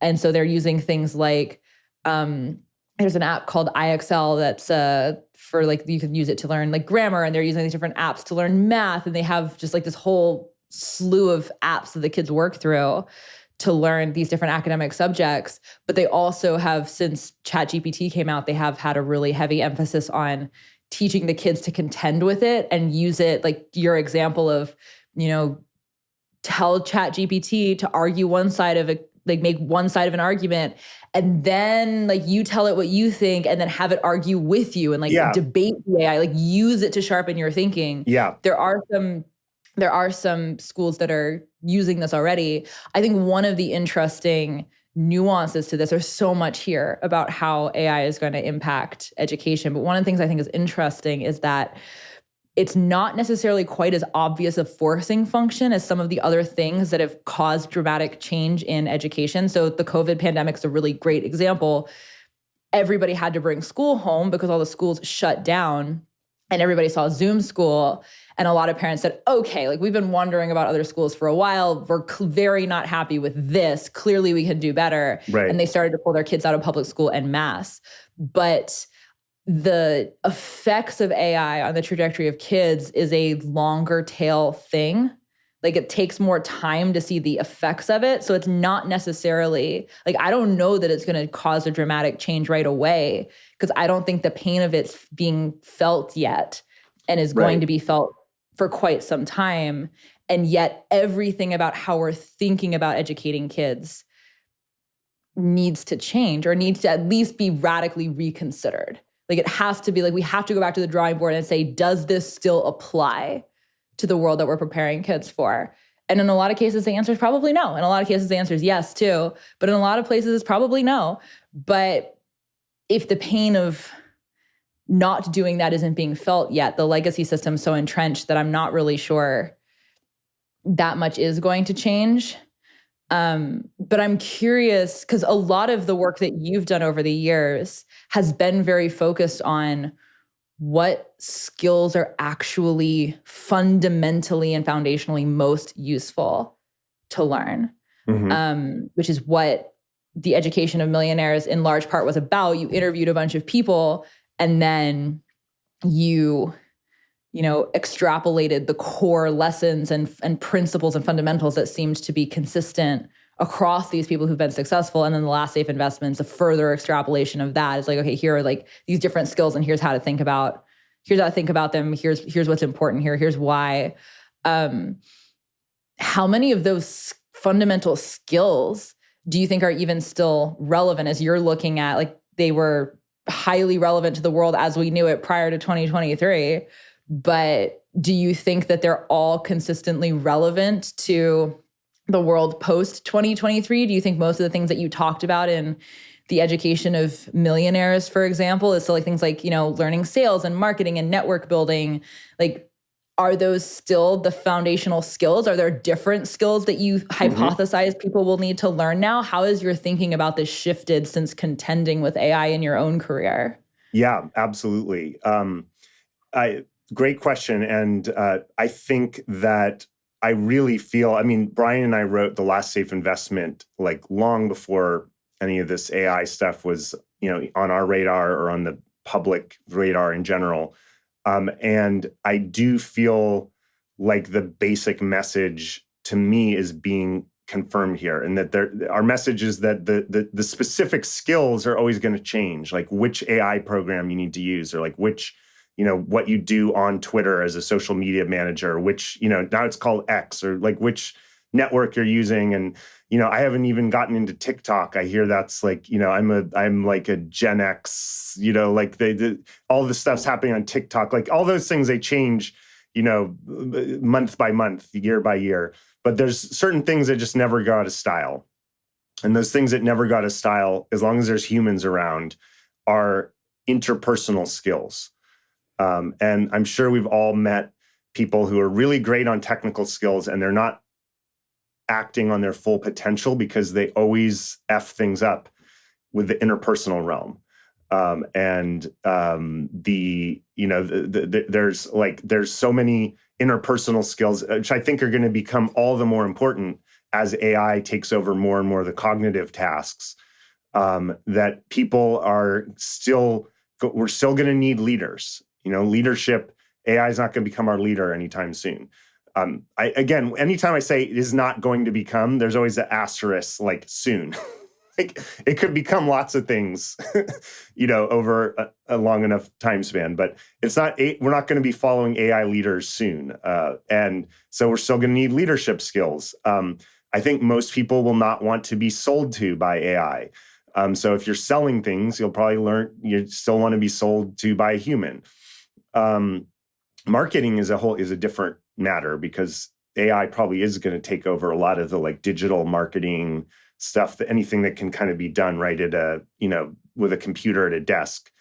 But networking, AI is not going to do your networking for you. So there's all of these, like health, AI, you could maybe use AI to become more healthy, but it's not going to do the exercise for you. And it's not going to, stop eating the dessert and the junk food for you. So you still got to get your health. You still got to get your social network. AI is not going to give you a purpose in your life. You got to figure out your own purpose. It can do creative things, but hopefully part of your life involves creativity. And creativity is one of those things that you do for its own sake. So you don't want, even if the AI can do it better, you still want to do it yourself, because it's a self-rewarding activity. So there's all these things that are these super skills, as Brian and I refer to them, that are never going to go out of style as long as humans exist. And I really think my basic message would be to be focusing on these really humanistic skills, interpersonal communication, personal skills, like emotional skills, how to have boundaries, how to set boundaries, all these things, by the way, that like everyone really should learn in order to adult. Like they're just basic parts of adulting, like how to set boundaries, how to express your needs around boundaries, these kind of things, which you don't really learn in school. Like they're just, somehow we just decided like, hey, we want to train kids to become adults, but we're going to not teach them like 95% of the things that they're going to need to know to be adults until they're 22. And then we're just going to throw them to the ocean and say, hey, you're in your 20s. You're supposed to know all this stuff. Like it's so crazy how we keep kids away from adulting. And I know this is material you and your guests have covered a lot. So yeah, all those like adulting skills, emotions, relationships, healing traumas, like getting psychologically healthy, getting physically fit, all these things are really important. Do all that stuff, and then stay on top of as much as you can on these AI tools. And you can, you're not only can you teach it yourself, but you're better teaching it yourself, because your teachers have a systematic bias against these tools because they feel threatened by them. So they're actually, for the most part, not all, but for the most part, keeping you away from these tools, either probably unconsciously or maybe even consciously in some cases, because they feel threatened by these tools. So stay like abreast of these tools. You got all the humanistic stuff that has nothing to do with tech on one side. Go deep into that, and then go deep onto teaching yourself these tools.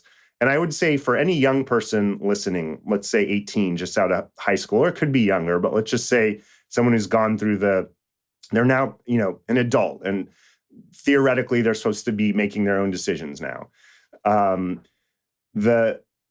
in my last books, especially Education of Millionaires, I was very critical of college for most people. My message was, if you want to be a lawyer, or you want to be a doctor, or a research scientist, or an engineer, or any type of profession that is very academic, or that requires an academic degree literally to practice that profession, like being a lawyer or a doctor, then by all means, go to college. If you don't know what you want to do, if you're not sure about those things, if you just have this general sense of I'm figuring out my life, or this kind of general sense of like, oh, I heard that, college graduates earn more, so I should take out debt and get a degree so I can earn more. And you kind of will probably end up in some type of bureaucratic middle management thing.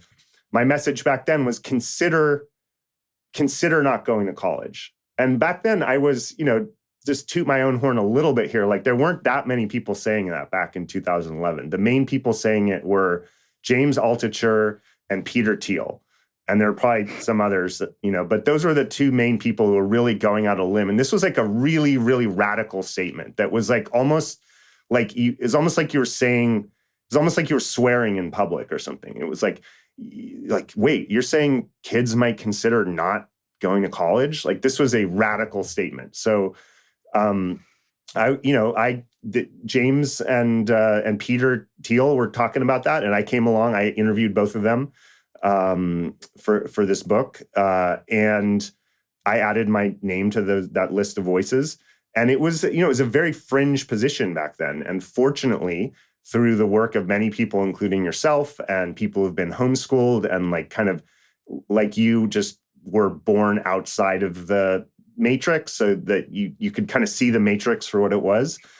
Now this is less of a fringe position. It's still kind of controversial, but I feel like there's a strong minority discourse where there is a pretty solid discourse now around like, hey, maybe it's not a good idea for like 18-year-olds to go 6 figures in debt and to get a degree in something kind of vague that they're not really sure what they want to do with. Maybe that's not a good idea. That's now like it's like within the Overton window, like that window of acceptable discourse. So back then I was still kind of approaching it like, consider not going. I'm really now, and this is the first time I've said that publicly, in 2023, I'm changing my tune on that. And I'm being more direct, and I'm willing to speak more directly to young people. And what I would say is same thing. If you want to be a doctor, if you want to be a lawyer, you want to be like a research scientist working in a science lab, you should go to college. Like that, you have to go to college to do those things. So you should.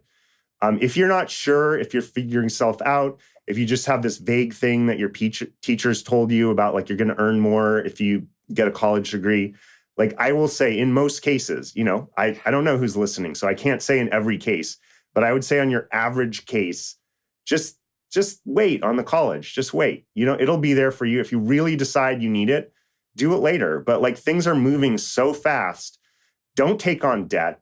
We don't know where the economy is going. You're really going to be much better off if you don't have a lot of debt. Like start earning some money now, even if it's just like doing, minimum wage jobs now that you don't have qualifications otherwise. But like earn money instead of spending money for the education, like be earning money, build up some savings, get yourself in order, get your health together, do that personal figuring out like who you are and what you want to do in your life. Like do all that stuff, get ready for all these changes that are happening, and learn as much as you can about these AI tools. And I think there's actually a great opportunity for young people right now. Which is that the tools are like washing over society. And like, I think most older people most people who are like well into their careers realize that, these tools are going to be changing things and they need to like get on board. Every company is like, what's our AI strategy? How are we going to incorporate AI into this, right? So young people actually have a great advantage in this one thing, is that, we have a lot of ageism in the society, both towards very elder people and towards younger people. The middle kind of has this ageism in both directions. So the ageism towards younger people manifests in all kinds of ways. But the one thing that like middle-aged and older people really will look to younger people for is like being ahead of tech trends. So if you can position yourself, you don't need to become, I want to be really clear. I'm not saying you need to learn how to be an AI programmer. I'm not saying that. Some people should do that. It's a very rarefied field with very, very smart people. So if you're one of those people who could compete in that really, really specific thing of programming AI, more power to you. I'm certainly not one of those people. But what I am saying is, whatever your thing is, whatever you're interested in, learn about how AI impacts that. So let's say you're interested in sports. You know, most young people are interested in sports. Great. Go learn. Here's Michael Ellsberg's career tip right now. You're interested in sports, you're 18, go learn how AI tools are impacting local sports teams, high schools, local colleges, informal teams. Go learn that. Figure out all the AI tools that are happening in that world. And then go to your local sports people and say, hey, I am an expert compared to you. Which is probably true, even if you spend a couple weeks learning it. I'm an expert compared to you in how these AI tools are impacting, whatever's happening in, local sports arenas and scheduling and training and marketing of sports events. And you're actually have a pretty good chance of like being hired, at least on a freelance basis, if not fully employed in that thing. And just repeat, rinse, wash, and repeat for any field you're interested in. If you're a church person, figure out how AI is going to change like church community management, or I'm not a religious person, so I don't know about this stuff. But every field, I've seen things where I've seen like articles about like how is AI going to change the management of churches? Well, if you're 18 and you're religious, figure out how AI is going to change the management of your churches, and go to your church people and say, hey, I'm an expert on this compared to you, which you probably are if you spend a month on it, and offer your services at first for free, because it's usually easier to get clients if you don't have a track record. You do the first few ones for free just to get the portfolio and the track record, and you're off to the races. And you'll be earning money now at age 18. You'll be positioning yourself as an expert in a really rapidly evolving cutting edge field. You'll be earning money. You won't be going into debt. And you'll just be like way, way ahead of your peers who are sitting, learning classes in, random shit that they're never going to remember. I mean, there's so many classes that I literally could not tell you the first thing about in college. I went to Brown. I went to an Ivy League school. I took an entire class on the novels of Carlos Fuentes in Spanish. I literally could not tell you the fucking first thing about Carlos Fuentes. Nothing against Carlos Fuentes, but like that's very common that you take like we're in this system where we go and learn these things that supposedly we're supposed to apply in our workplace, and then we just don't remember any of it afterwards. So like if you're just not doing that and not paying a bunch of money and taking on a bunch of debt to take all these courses that are supposedly like somehow making you a more rounded person or increasing your critical thinking skills in some kind of vague, unspecified way. If you're just not doing that and not taking on that debt and not, frankly, I would say wasting your time doing that, and instead like learning these tools and making yourself relevant now, and trading on the one area where young people actually really do have an advantage in the eyes of middle-aged people is like, I can't figure out these tech things. I got to talk to my teenage son or my teenage daughter about this. That's the one advantage that young people really do have in this regard. And then the teachers are all going to say, oh, you're telling them not to read Carlos Fuentes novels? No, I'm not. Go read them. That's what libraries are for. They're free. Go do all that humanistic stuff on your own and don't take out debt to do it, because that enriches your life. But you can enrich your life under a tree with a paperback book, not paying, $50,000 a year to do it.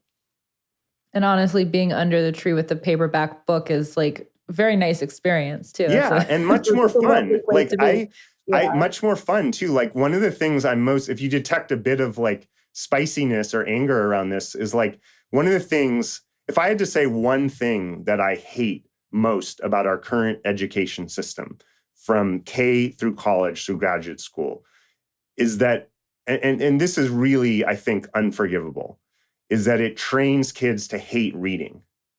It trains kids to treat reading like a task, like a chore, like a punishment, in fact. And sometimes it's literally a form of punishment.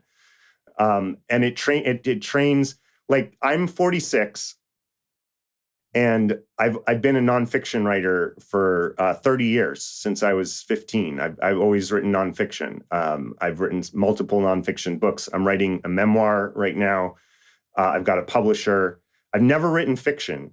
And I, for particular reasons, I'm starting to write fiction, mainly because I want to explore these like really cutting edge kind of dystopian things that are future projected. So obviously you can't future project a memoir, so you got to write fiction. So I'm starting to write fiction and I'm having a lot of fun with it. And what I realized is, I haven't read a lot of fiction, actually. I've read tons and tons of nonfiction. I haven't really read that much fiction at age 46, and I'm a writer. Why have I not read a lot of fiction? Because I hated being assigned I want to drop so many F-bombs here, and I'm holding myself back. Like, I hated being assigned these effing books that I didn't give a crap about. I really didn't. I just didn't care about Shakespeare when I was like 12. I didn't. I don't think there's something wrong with me as a 12-year-old for not wanting to like have this stuff like forced down my throat at that age and like have to like answer, like write essays I didn't care about for that served no purpose whatsoever. So it actually made me averse to reading these humanistic things. And I'm angry about that. I really am. And I think any teacher who is involved in any way whatsoever, if you're honest with yourself, in making kids view reading as like a chore or a task or a punishment or a burden, like you really have to look yourself in the mirror and say, am I actually doing what I set out to do here? If what I'm a part of is actually turning kids off from the very, very essence of the thing that is at the core of what they should be doing around this, which is reading. I think a lot of educators at every level have a lot of mirror looking to do on that one. Yeah, I think you're spot on. I'm trying to pull up as you're talking. I tweeted something very similar to the sentiment that you're talking about the other day. I read this great quote. It was, the best way to kill a love is to turn it into a labor. Exactly. Paul Chek, who's a phenomenal coach and psychologist, said that. And basically I wrote a whole thread about this because I had thoughts and opinions with a capital T and a capital O that I wanted to expound on. But like the basic gist of what I was getting at is that, kids love learning. And they love, they naturally love reading, especially fiction. They love stories. As a kid, there were years I read well over 100 novels in like a given school year because I just love to read. But we belabor all of these things that kids naturally like with, tests and drills and grades and essays and assignments and requirements. And of course that makes it highly unpalatable. And then, by the time kids get out of school, the love's completely dead. And the system's like, well, look how many kids we've educated this year. Like, look how much we've accomplished. Yeah. And it's, at what cost to the people going through the system, which, I'm sure we could talk about, commiserate all day about this. And I don't want to go too far down this rabbit hole just because like you've already eloquently made the point. Yeah. There's not a lot more that I need to add to what you just said. But I do want to ask you, I want to go back to the writing thing for a minute. Because, you're talking about kids don't need to learn to write in the same way that they used to because we have tools that can do it for us now. Like, you can you can create the exact same real world outcome in terms of, what you're creating and the results that you're pulling strings and levers in the world and you're getting results. You can do the exact same thing using an AI tool to write for you as you can writing your own essay. Right. So there's no longer a skill it's no longer like a non-divisible skill that, you either have or you don't. Right. So now that this is a thing that we can outsource to a tool and you only have to know how to use the tool, is learning to write, like, is this just like a hobby elective kind of class? Like, where does this fit into the ecosystem anymore? Yeah. Is it a thing like learning cursive or knitting or something that's like maybe brings you a lot of like an instrument? It brings you a lot of personal fulfillment perhaps, but there's not like a necessary utility for it. Like, would you argue that there is a case for kids learning to write perhaps as a mechanism to learn to think? Because I know for me, learning to write was extremely formative in my own ability to synthesize ideas and extrapolate points and like clarify my own thinking. Sometimes when I'm struggling to wrap my head around something that I'm thinking about, I'll write about it and then it will, coalesce my thoughts. And sometimes I'll talk about it, but a lot of how I've learned to talk about it came through learning to write first and understanding how to structure these thoughts. So would you make a case for a reason why, if writing is a skill now that can be outsourced, why should somebody take the time to learn how to do it? Is there an argument, or is it truly just like an elective now? Yeah, great. Well, you answered your question to some degree already, where in my view, and I think in your view from what you just asked, if you can't write about it clearly, you're not thinking about it clearly. Like, there's some exceptions, of course, but there's a very, very high overlap between clear thinking and clear writing. So yes, if you want to think clearly about things, you do need to, which hopefully people want to do and will benefit you in all kinds of ways, both personally and financially. If you want to think clearly about things, then you need to learn to think about them clearly through writing and to analyze them and come to clear, distinct thoughts about things in written words. So that's never going to go out of style. That said, once you have that nucleus of like, okay, I understand what I want to say about this. I understand the main points. I do think I've thought through this clearly. Then the labor of like, now I'm going to spend, several hours or several days or weeks or months or years, maybe, like expanding this into something that other people want to read. That skill now is optional. And I say this as a writer. This is my career. I've spent 30 years learning that skill. I'm not being flip about this. Like, I'm up on these tools. I'm very immersed in the way these tools are interacting with my profession as a writer.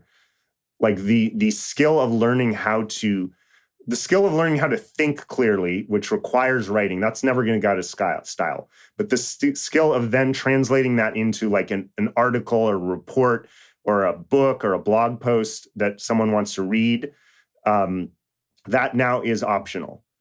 And that's crazy to say that.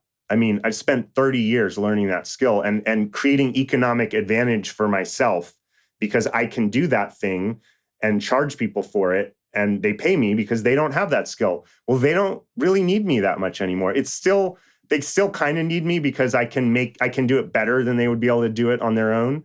But I don't think that's going to be true in a year. I think in a year for your everyday, I'm not talking about literary writing. I'm not talking about like deeply philosophical, the kind of writing I'm doing for my art.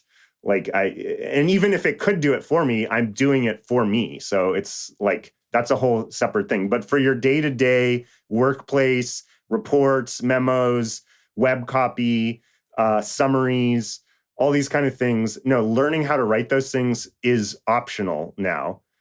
And I would say that for people who don't want to become like professional writers like myself, and they don't see themselves being like artists as writers, probably you're better off just learning how to use the tools, like learn how to think clearly, use the tools to help you think more clearly. One of the great things it does, and I do this frequently, is you put all the things you think about something and say, tell me why I'm wrong about all these things, or give me the opposing view. I mean, you can do really specific things. You can say like, okay, I'm just making this up. Like, I'm a progressive around this issue. What's the libertarian view of this issue, and from a libertarian perspective, why am I wrong? From a Trump perspective, why am I wrong? From a religious, you just get all these opposing views. Sharpen your thinking, yes. Sharpen your clarity of expression, yes. But once you have that nucleus of thinking, use the tools to save you time. If you're not trying to be a novelist or a memoirist or something, you probably got better things to do than spend the amount of time it takes to write all these reports and memos and things. So really learning writing as a tool for thinking. It sounds like a lot of the different points that you're coming back to is really you need to be learning how to think so you can contend with these tools, you can direct these tools, you can understand the implications of how they're going to affect you. But also, you brought up earlier, it's creating AI generated imagery, AI generated audio. There are all of these different forms of media that it's going to be more and more par for the course to have to contend with, and even establish the veracity or lack thereof of some of these pieces of media that come across your social media feed. You're like, is that real? Did that actually happen? Yeah, all that kind of critical thinking. Can I pause you there for a second? Yeah. I want you to define critical thinking as you understand it, because this is a term that gets batted around a lot in the education conversation, and it's often poorly defined. And I'm curious, I want to get a little more nuanced about that point specifically, if you're down for that, because I think this is also worth delving into a little bit. Right. That's a great question.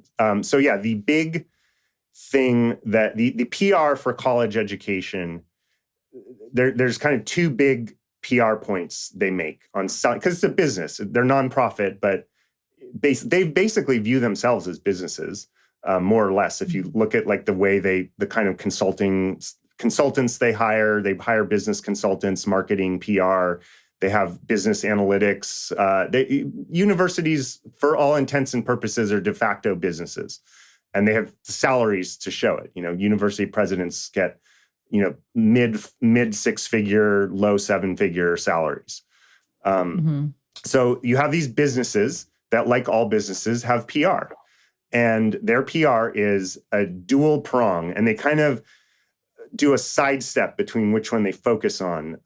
So one of the ones is, we increase your economic value in the world. There's the college degree premium, and the statistics are typically they call the $1 million premium. And I talked about this in the Education Millionaires. The numbers may have changed in 10 years, but the idea that over a lifetime you'll earn probably about double, statistically speaking, expected benefit from having gone to college.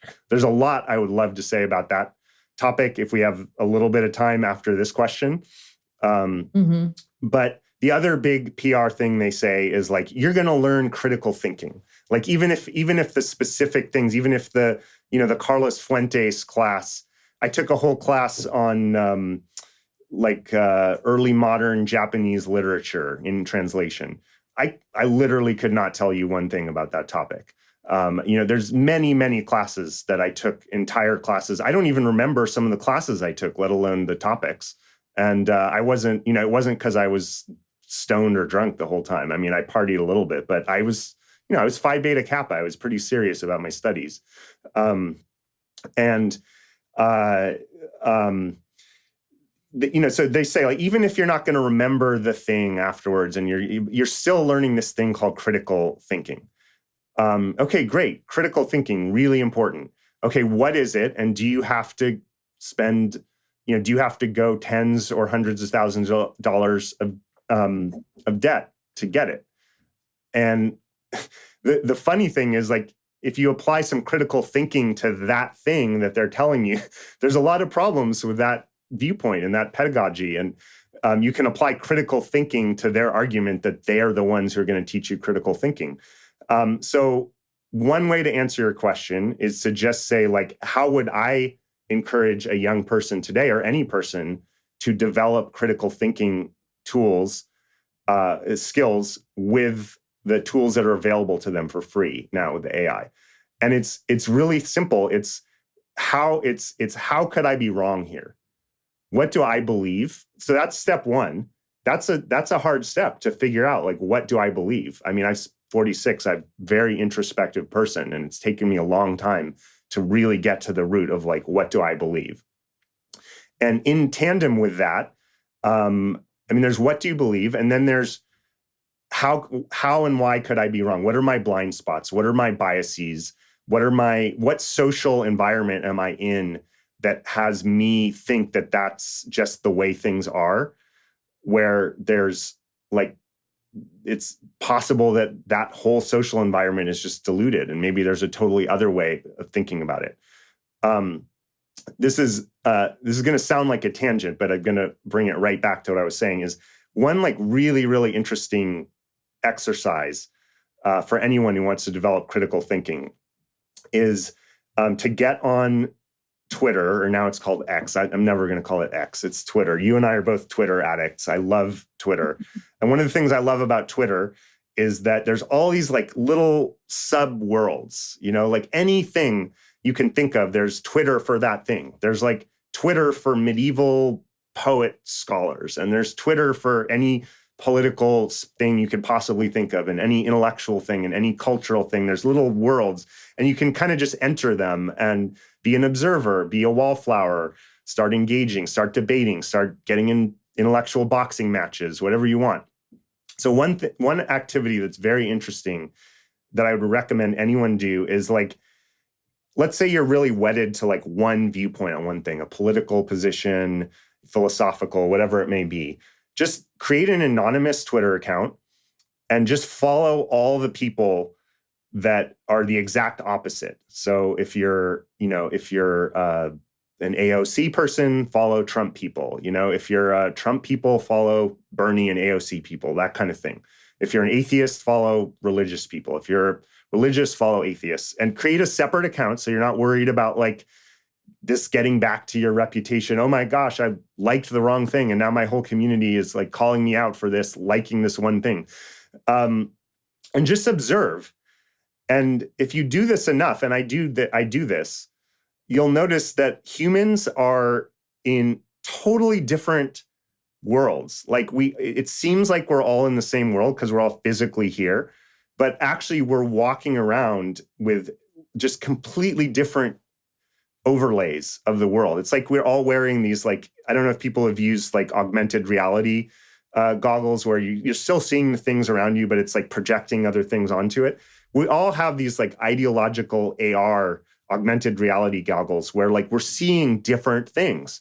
Like, take COVID, for example, and I promise you I'm not going to get in the weeds on this one, and part of the reason I don't want to get in the weeds in it is, like, it's amazing that, like, people can just take the same thing and just have two completely different narratives about it. And we're really living in, like, multiple worlds about this one thing, where it would be really, really good. You would really hope that humans could come together and, like, have a shared reality about, a virus that could harm us all. And yet we can't. We have, like, totally different worlds on that. And that's true of every topic. So you go and you see all these different worlds, and the skill there is to be like, how far can I go into steel manning the other side's view? Like, what if I'm going to avoid just being like, oh, they're crazy, don't listen to them, but instead be like, how is it possible that humans actually think this thing? And, like, what does the world look like? Just be curious. Like, what does the world look like if that's what you believed? Like, not so much like, do they have evidence for this belief, but more like, what would it be like to walk around the world with that AR overlay, augmented reality overlay, which we all have. I do, you do, all of us have our own version of it. Get into it, and then start kind of triangulating, like, okay, what is my position? If I don't assume that I'm the clearly rational, informed one, and everyone else is crazy, that's, like, the opposite of critical thinking. The heart of critical thinking is like, okay, I have my views. I'm not just going to be some, loosey-goosey, anything goes person. Like, I believe what I believe. I have the values I have. I'm standing in my truth. And what else is out there, and how might I understand how I view how I'm seen from those perspectives? What's my answer to that? And does taking on all those different perspectives, does it change? Does it enrich? Does it add layers of nuance to where I'm standing? Does it, the fear, the reason we don't do that is we're afraid we're just going to switch over. The Trump people are afraid they'll become, like, they don't even want to listen to the progressives because they're afraid they're going to become progressives, and vice versa. But like, that's not critical thinking. Critical thinking is like, what are they seeing that I'm not seeing? Like, getting curious about that. You also, I want to give you space to touch on the point that you talked about, that you mentioned, the double lifetimes earning thing with college too, before we wrap. I know we've already been talking for a really long time, but this is also an interesting point. And you talk about this a little bit too. You alluded to this at the start of the interview. You've talked about this some in your books. Tell me more, go down that rabbit hole for a second. Tell me more about that. Okay, great. So you've asked in a couple of your questions, you've said, like, why isn't education taking, these are clearly very current trends. Like, why is it taking so long? Why are these changes taking so long and you even said even earlier trends, the internet, why did it take so long? Why hasn't education even really caught up to the internet? There's a very, very clear answer. And you, as someone who is in the libertarian world, I think will be familiar with some of the dynamics of this answer, is that education is, for intents and purposes, a monopoly. It's a monopoly on credentialing and credibility. It's not a classic monopoly in the sense of, like, there's one company offering this one thing, but it's in that direction. And is it okay if I like kind of tease out these different ways that it goes into Absolutely. that? Okay, great. Yeah, I know we've been going a long time here, but I think I have this one mapped out pretty well, and I haven't heard it expressed with all the different map links that I've kind of mapped it out in my brain, and I've actually never spoken it out. So, let's do this. Okay, great. Okay, so why is educational credentialing, why is it basically like a monopoly? And the answer is that I think it really starts with the starting place is like the hiring managers. So take your typical corporation making widgets, and they have middle managers, and they need to hire some various people in different functions. Let's talk about cognitive tasks here, not manufacturing jobs, but like management, paper pushing type white collar tasks. So those people, as we're all familiar, there's a standard in that industry, which is college degree required. That's, very, very common. It's changing a little bit. Like some of the, especially in a tight labor market like now, some of the more forward-thinking companies now are making that optional. They're considering, other career paths, life experience, skills testing. Organizations like Praxis, where you and I connected. So that's a trend that's just starting, but it's very, very early on the curve of that trend. It's still, for all intents and purposes, college degree required. Now, why is that? That's very, very strange. The college degree, if I want a middle management job, why would I need to have taken courses in, I keep coming back to it, just again, nothing against Carlos Fuentes, but I just think it's funny that I took this course. I literally could not tell you one thing on that topic. And I got an A in that course, I'm pretty sure. Why is it important that I get a certification in all these things that I've forgotten so that I can go get this job that has nothing to do with those things? And there's the answer they'll tell you is, oh, well, we want people who have critical thinking skills. That's the PR for that. Okay, fair enough, critical thinking skills. But why require this one way of getting and demonstrating, and very inefficient way, I would say, expensive, years and years and years of it. A lot of it's not directly relevant. Why require this one expensive way of demonstrating critical thinking skills? And the answer is very perplexing if you think of it on its own terms. But if you think about the way bureaucracies work, it's actually pretty obvious what's happening. And it's a manifestation of the nobody ever got fired for buying IBM. It's a managerial, bureaucratic position where if you're a middle manager and you've got to hire someone, and nobody ever got fired for hiring Harvard. Nobody ever got fired for hiring Ivy League. And if it's jobs where there's not Ivy League people competing for them, and it's more like, state schools or second tier, third tier schools, nobody ever got fired for hiring the college degree holder over the non-degree holder.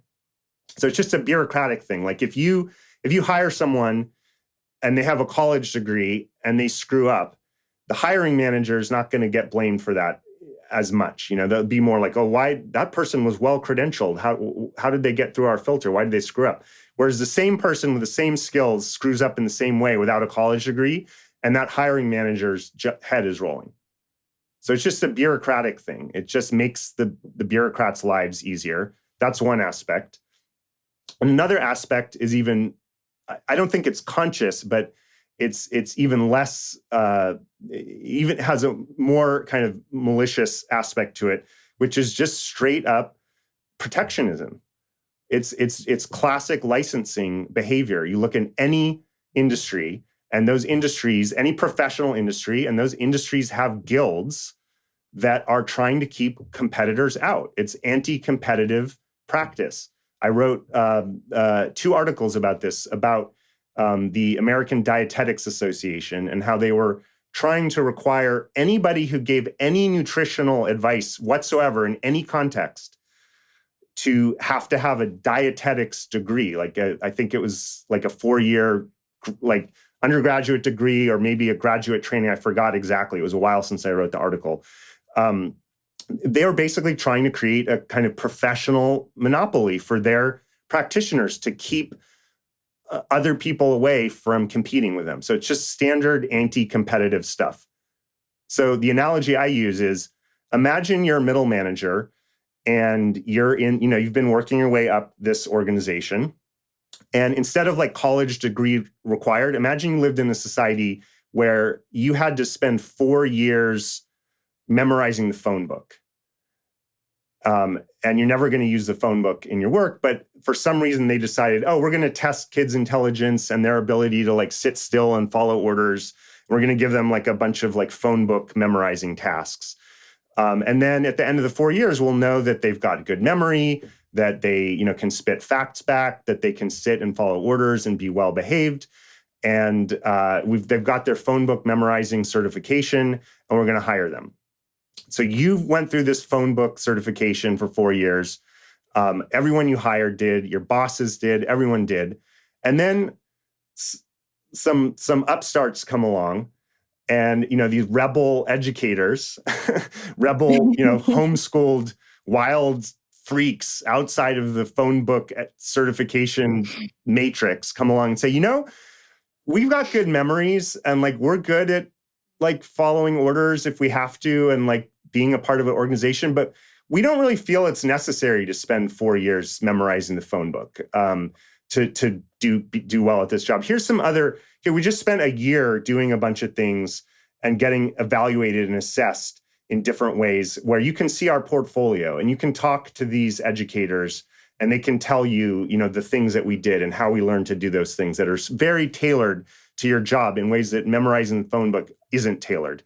We want to come along and do that. And you know what? We're willing to maybe, because we're early in our careers and we're young, we're 18 and not 22, we're willing to maybe take a little less salary on that because we're younger. If you're the middle manager who went through this system and you've got your phone book memorizing certification, are you going to look at that trend positively? Are you going to want to bring these people in who literally will compete for your jobs at lower pay and who didn't eat the amount of shit that you ate and who didn't just go jump through all the hoops that you jumped through? You're not going to. It's a club. It's just classic club. The people, they hire their own kind, and it's become this giant congealed system where it's just kind of the thing people do. You want to be successful, you go to college, and you go to college because people who are college graduates are going to hire you, and they like college people, and they think college people are smart. And then the last point I'll make on this circle is that it then creates a self-fulfilling prophecy, where if you know, like you got a bunch of smart kids who are thinking about what to do with their lives, and even if none of them want to go to college, and even if, or let's say in our example, none of them want to spend 4 years memorizing the phone book, but they know that that's the thing, that the hoops you have to jump through, the way the society is set up with these monopolies and this bureaucracy, they're going to go to college and they're going to memorize the phone book. And so then it becomes a self-fulfilling loop where, generally speaking, the more motivated, higher aptitude, higher intelligence, however you want to define intelligence, tend to gravitate towards the hoops that they have to jump through. So it becomes a self-fulfilling prophecy where, like, they see, like, look, college graduates generally are smarter but it's not because the college made them smarter. It's because the system was set up so that the more motivated kids, like, that's the thing they had to do, was go to college. So they can't see, the system cannot see people like you, and cannot see people like your listeners who really can do as good a job or better than the ones who didn't, than the ones who spent the 4 years at the phone book memorizing certification. But they just can't see, and they have institutional, bureaucratic, and frankly, self-interested financial incentives to not see and not get interested in all those kids who are starting to opt out and say, you know what, I don't want to be a part of this whole phone book memorizing system. And I don't want to orient my whole youth, starting at like age 5 or even earlier, like preschool in Manhattan. If you've seen those like Manhattan intense preschools, I don't want to orient me or my kids starting at age like 3 in preschool to go to this optimized for this phone book memorizing certification monopoly system. I think if people start from the beginning just saying, I'm going to drop an F-bomb now, just like, fuck that whole system. Seriously, just fuck it all. Burn it to the ground. Burn that fucking system to the ground. You had a phrase like the government's or the college's monopoly on certification. Get certifications elsewhere. Get credibility elsewhere. That whole system needs to just end. It's really, really hard, like corralling our nation's brightest and best into this system that is not in their best interests and is really only in the best interests of like college administrators and like HR managing staff. So do we want to orient all of our nation's youth to the best interests of like college deans and HR managing staff? I am of the radical opinion that the answer to that question is no. In my world, that's not a radical opinion. In the cultural commentary world at large, it is.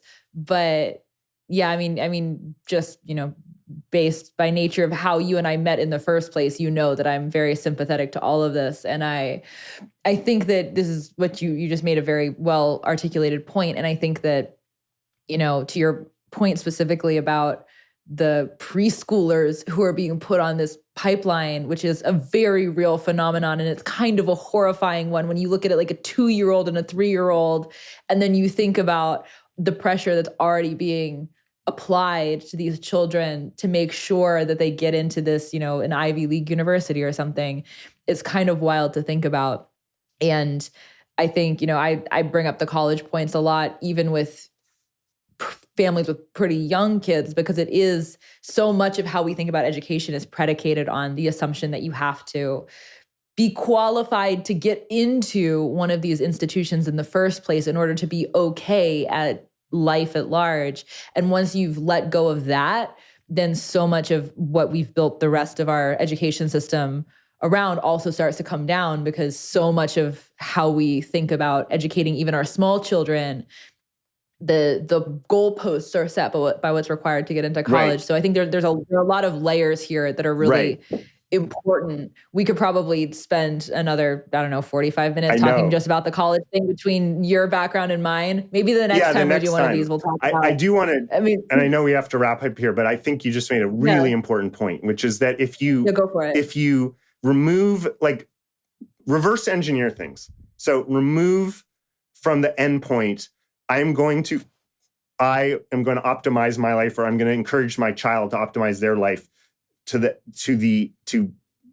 get ahead in a monopolistic, bureaucratic, inefficient system that is basically designed for the convenience and kind of professional protectionism of this kind of managerial class.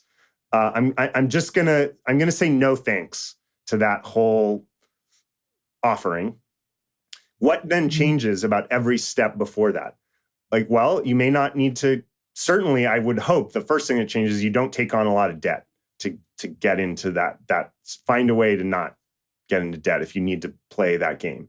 That would be the first thing. But then let's be even more radical. Maybe you don't go to college at all. Maybe you just start getting work experience now at age 18. Learn about these cutting edge tools that we've been talking about. But let's reverse engineer even more. And this is where I think really the part that I get emotional about is like, let me be clear. I had as good an education as you can get, a traditional education. I had very caring teachers. I went to mostly private schools. I went 2 years to a public 8th grade, public 9th grade, but just really about as good as a formal traditional education as you can get. And I feel grateful that I was given these opportunities. I really do. And I still feel, I'm choosing this word very carefully. There's like big T trauma and there's little T trauma. So big T trauma is like, massive like violence and abuse or emotional abuse and like, things that are criminal and like awful and that damage you and scar you. And I'm very fortunate that I did not live through those things like, in my family or through my educational system. So I'm really not trying to play any victim or like, no sad violence here. But if like little T trauma, just like I still feel in my body like this kind of like hatred and disgust for like what I was put through. And I'm not trying to be a victim here. Like my parents they weren't really hard asses. I'm not trying to blame my parents here. My teachers weren't really hard asses, but still I was in that system like day after day, waking up early and like sitting in a fucking row and like memorizing shit that I didn't want to memorize, that I didn't care about, and like pretending to care about these things and being like gaslit into, like I would say now, gaslit into like pretending like I have to be like caring about these things that I clearly didn't care about at that age. I feel really upset about that system. Like I'm not trying to blame my parents or, everyone's in the system. And I'm just saying, like, if we take out that crown at the top of the pyramid of optimizing for, bureaucratic middle management needs and bureaucracies and monopoly credentialing systems, and we just say, let's figure out something else. Let's make it up ourselves. Let's figure out a different way to get there. You reverse engineer that may lead to, 10-year-olds being out and like learning how to garden and like playing with their friends and learning how to grow food and being out in the sunlight and learning from not just being stuck with their kind of Lord of the Flies peers, but like keeping elders company, learning from people of all, going to work, learning what work is like, getting out of the classrooms and into the world. If we can reverse engineer it and create that, I think there will be just a lot more happiness among kids and a lot less of this experience that I think we've all had of just feeling kind of, again, small t, but kind of traumatized by like just being forced with these like incredibly punitive, boring, rigid, like ways that, as you said, are basically just designed to like wring every last little drop of creativity out of us. If we can reverse engineer it so that doesn't happen to kids, I think the world is going to be a lot better place. And I'm really grateful for you for being at the cutting edge of that. Thank you. I appreciate it. There's a lot of work to do on that front, but what you just said, I obviously feel very strongly about. And, I think about it sometimes, like every kid, like, that's when you look at the raw numbers of how many kids in America alone who are in the public education system, it is a sobering number of children. But, every kid offered a different path is a life trajectory completely changed. Yeah. And usually a really positive way. And that's a very exciting thing to think about. Michael, if people have enjoyed this interview, I plugged your books early in the conversation. We should plug them here again so that people know where to go next. Where would you send them to find more about you and your work? Yeah, thank you. My website, ellsberg.com, ELLSBERG.com. Probably the books that are most relevant to the listeners' immediate interests are The Education of Millionaires. That was 2011. The Last Safe Investment. That was 2016.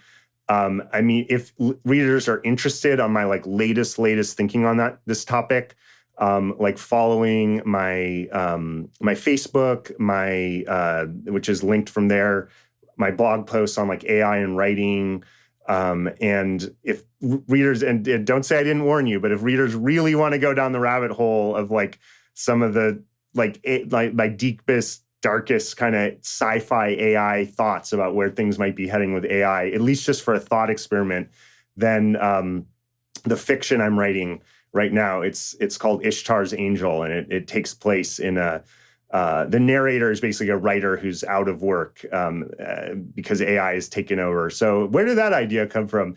So yeah, I'm writing this really I'm having fun with it. It's meant to be kind of a gallows humor. But yeah, it's pretty dark. It's pretty ribald stuff. So, be forewarned. But that is my latest thinking and honestly the fun I'm having with it all. Because I actually, while I still have a place in this world, I'm having fun with these tools. Amazing. Thank you so much for taking the time for this conversation and for going down so many rabbit holes with me. This was very fun. Yeah, thank you. I really appreciate it. I love your questions, and I feel like we barely scratched the surface, but this will be episode 1, and I hope we can continue the discussion.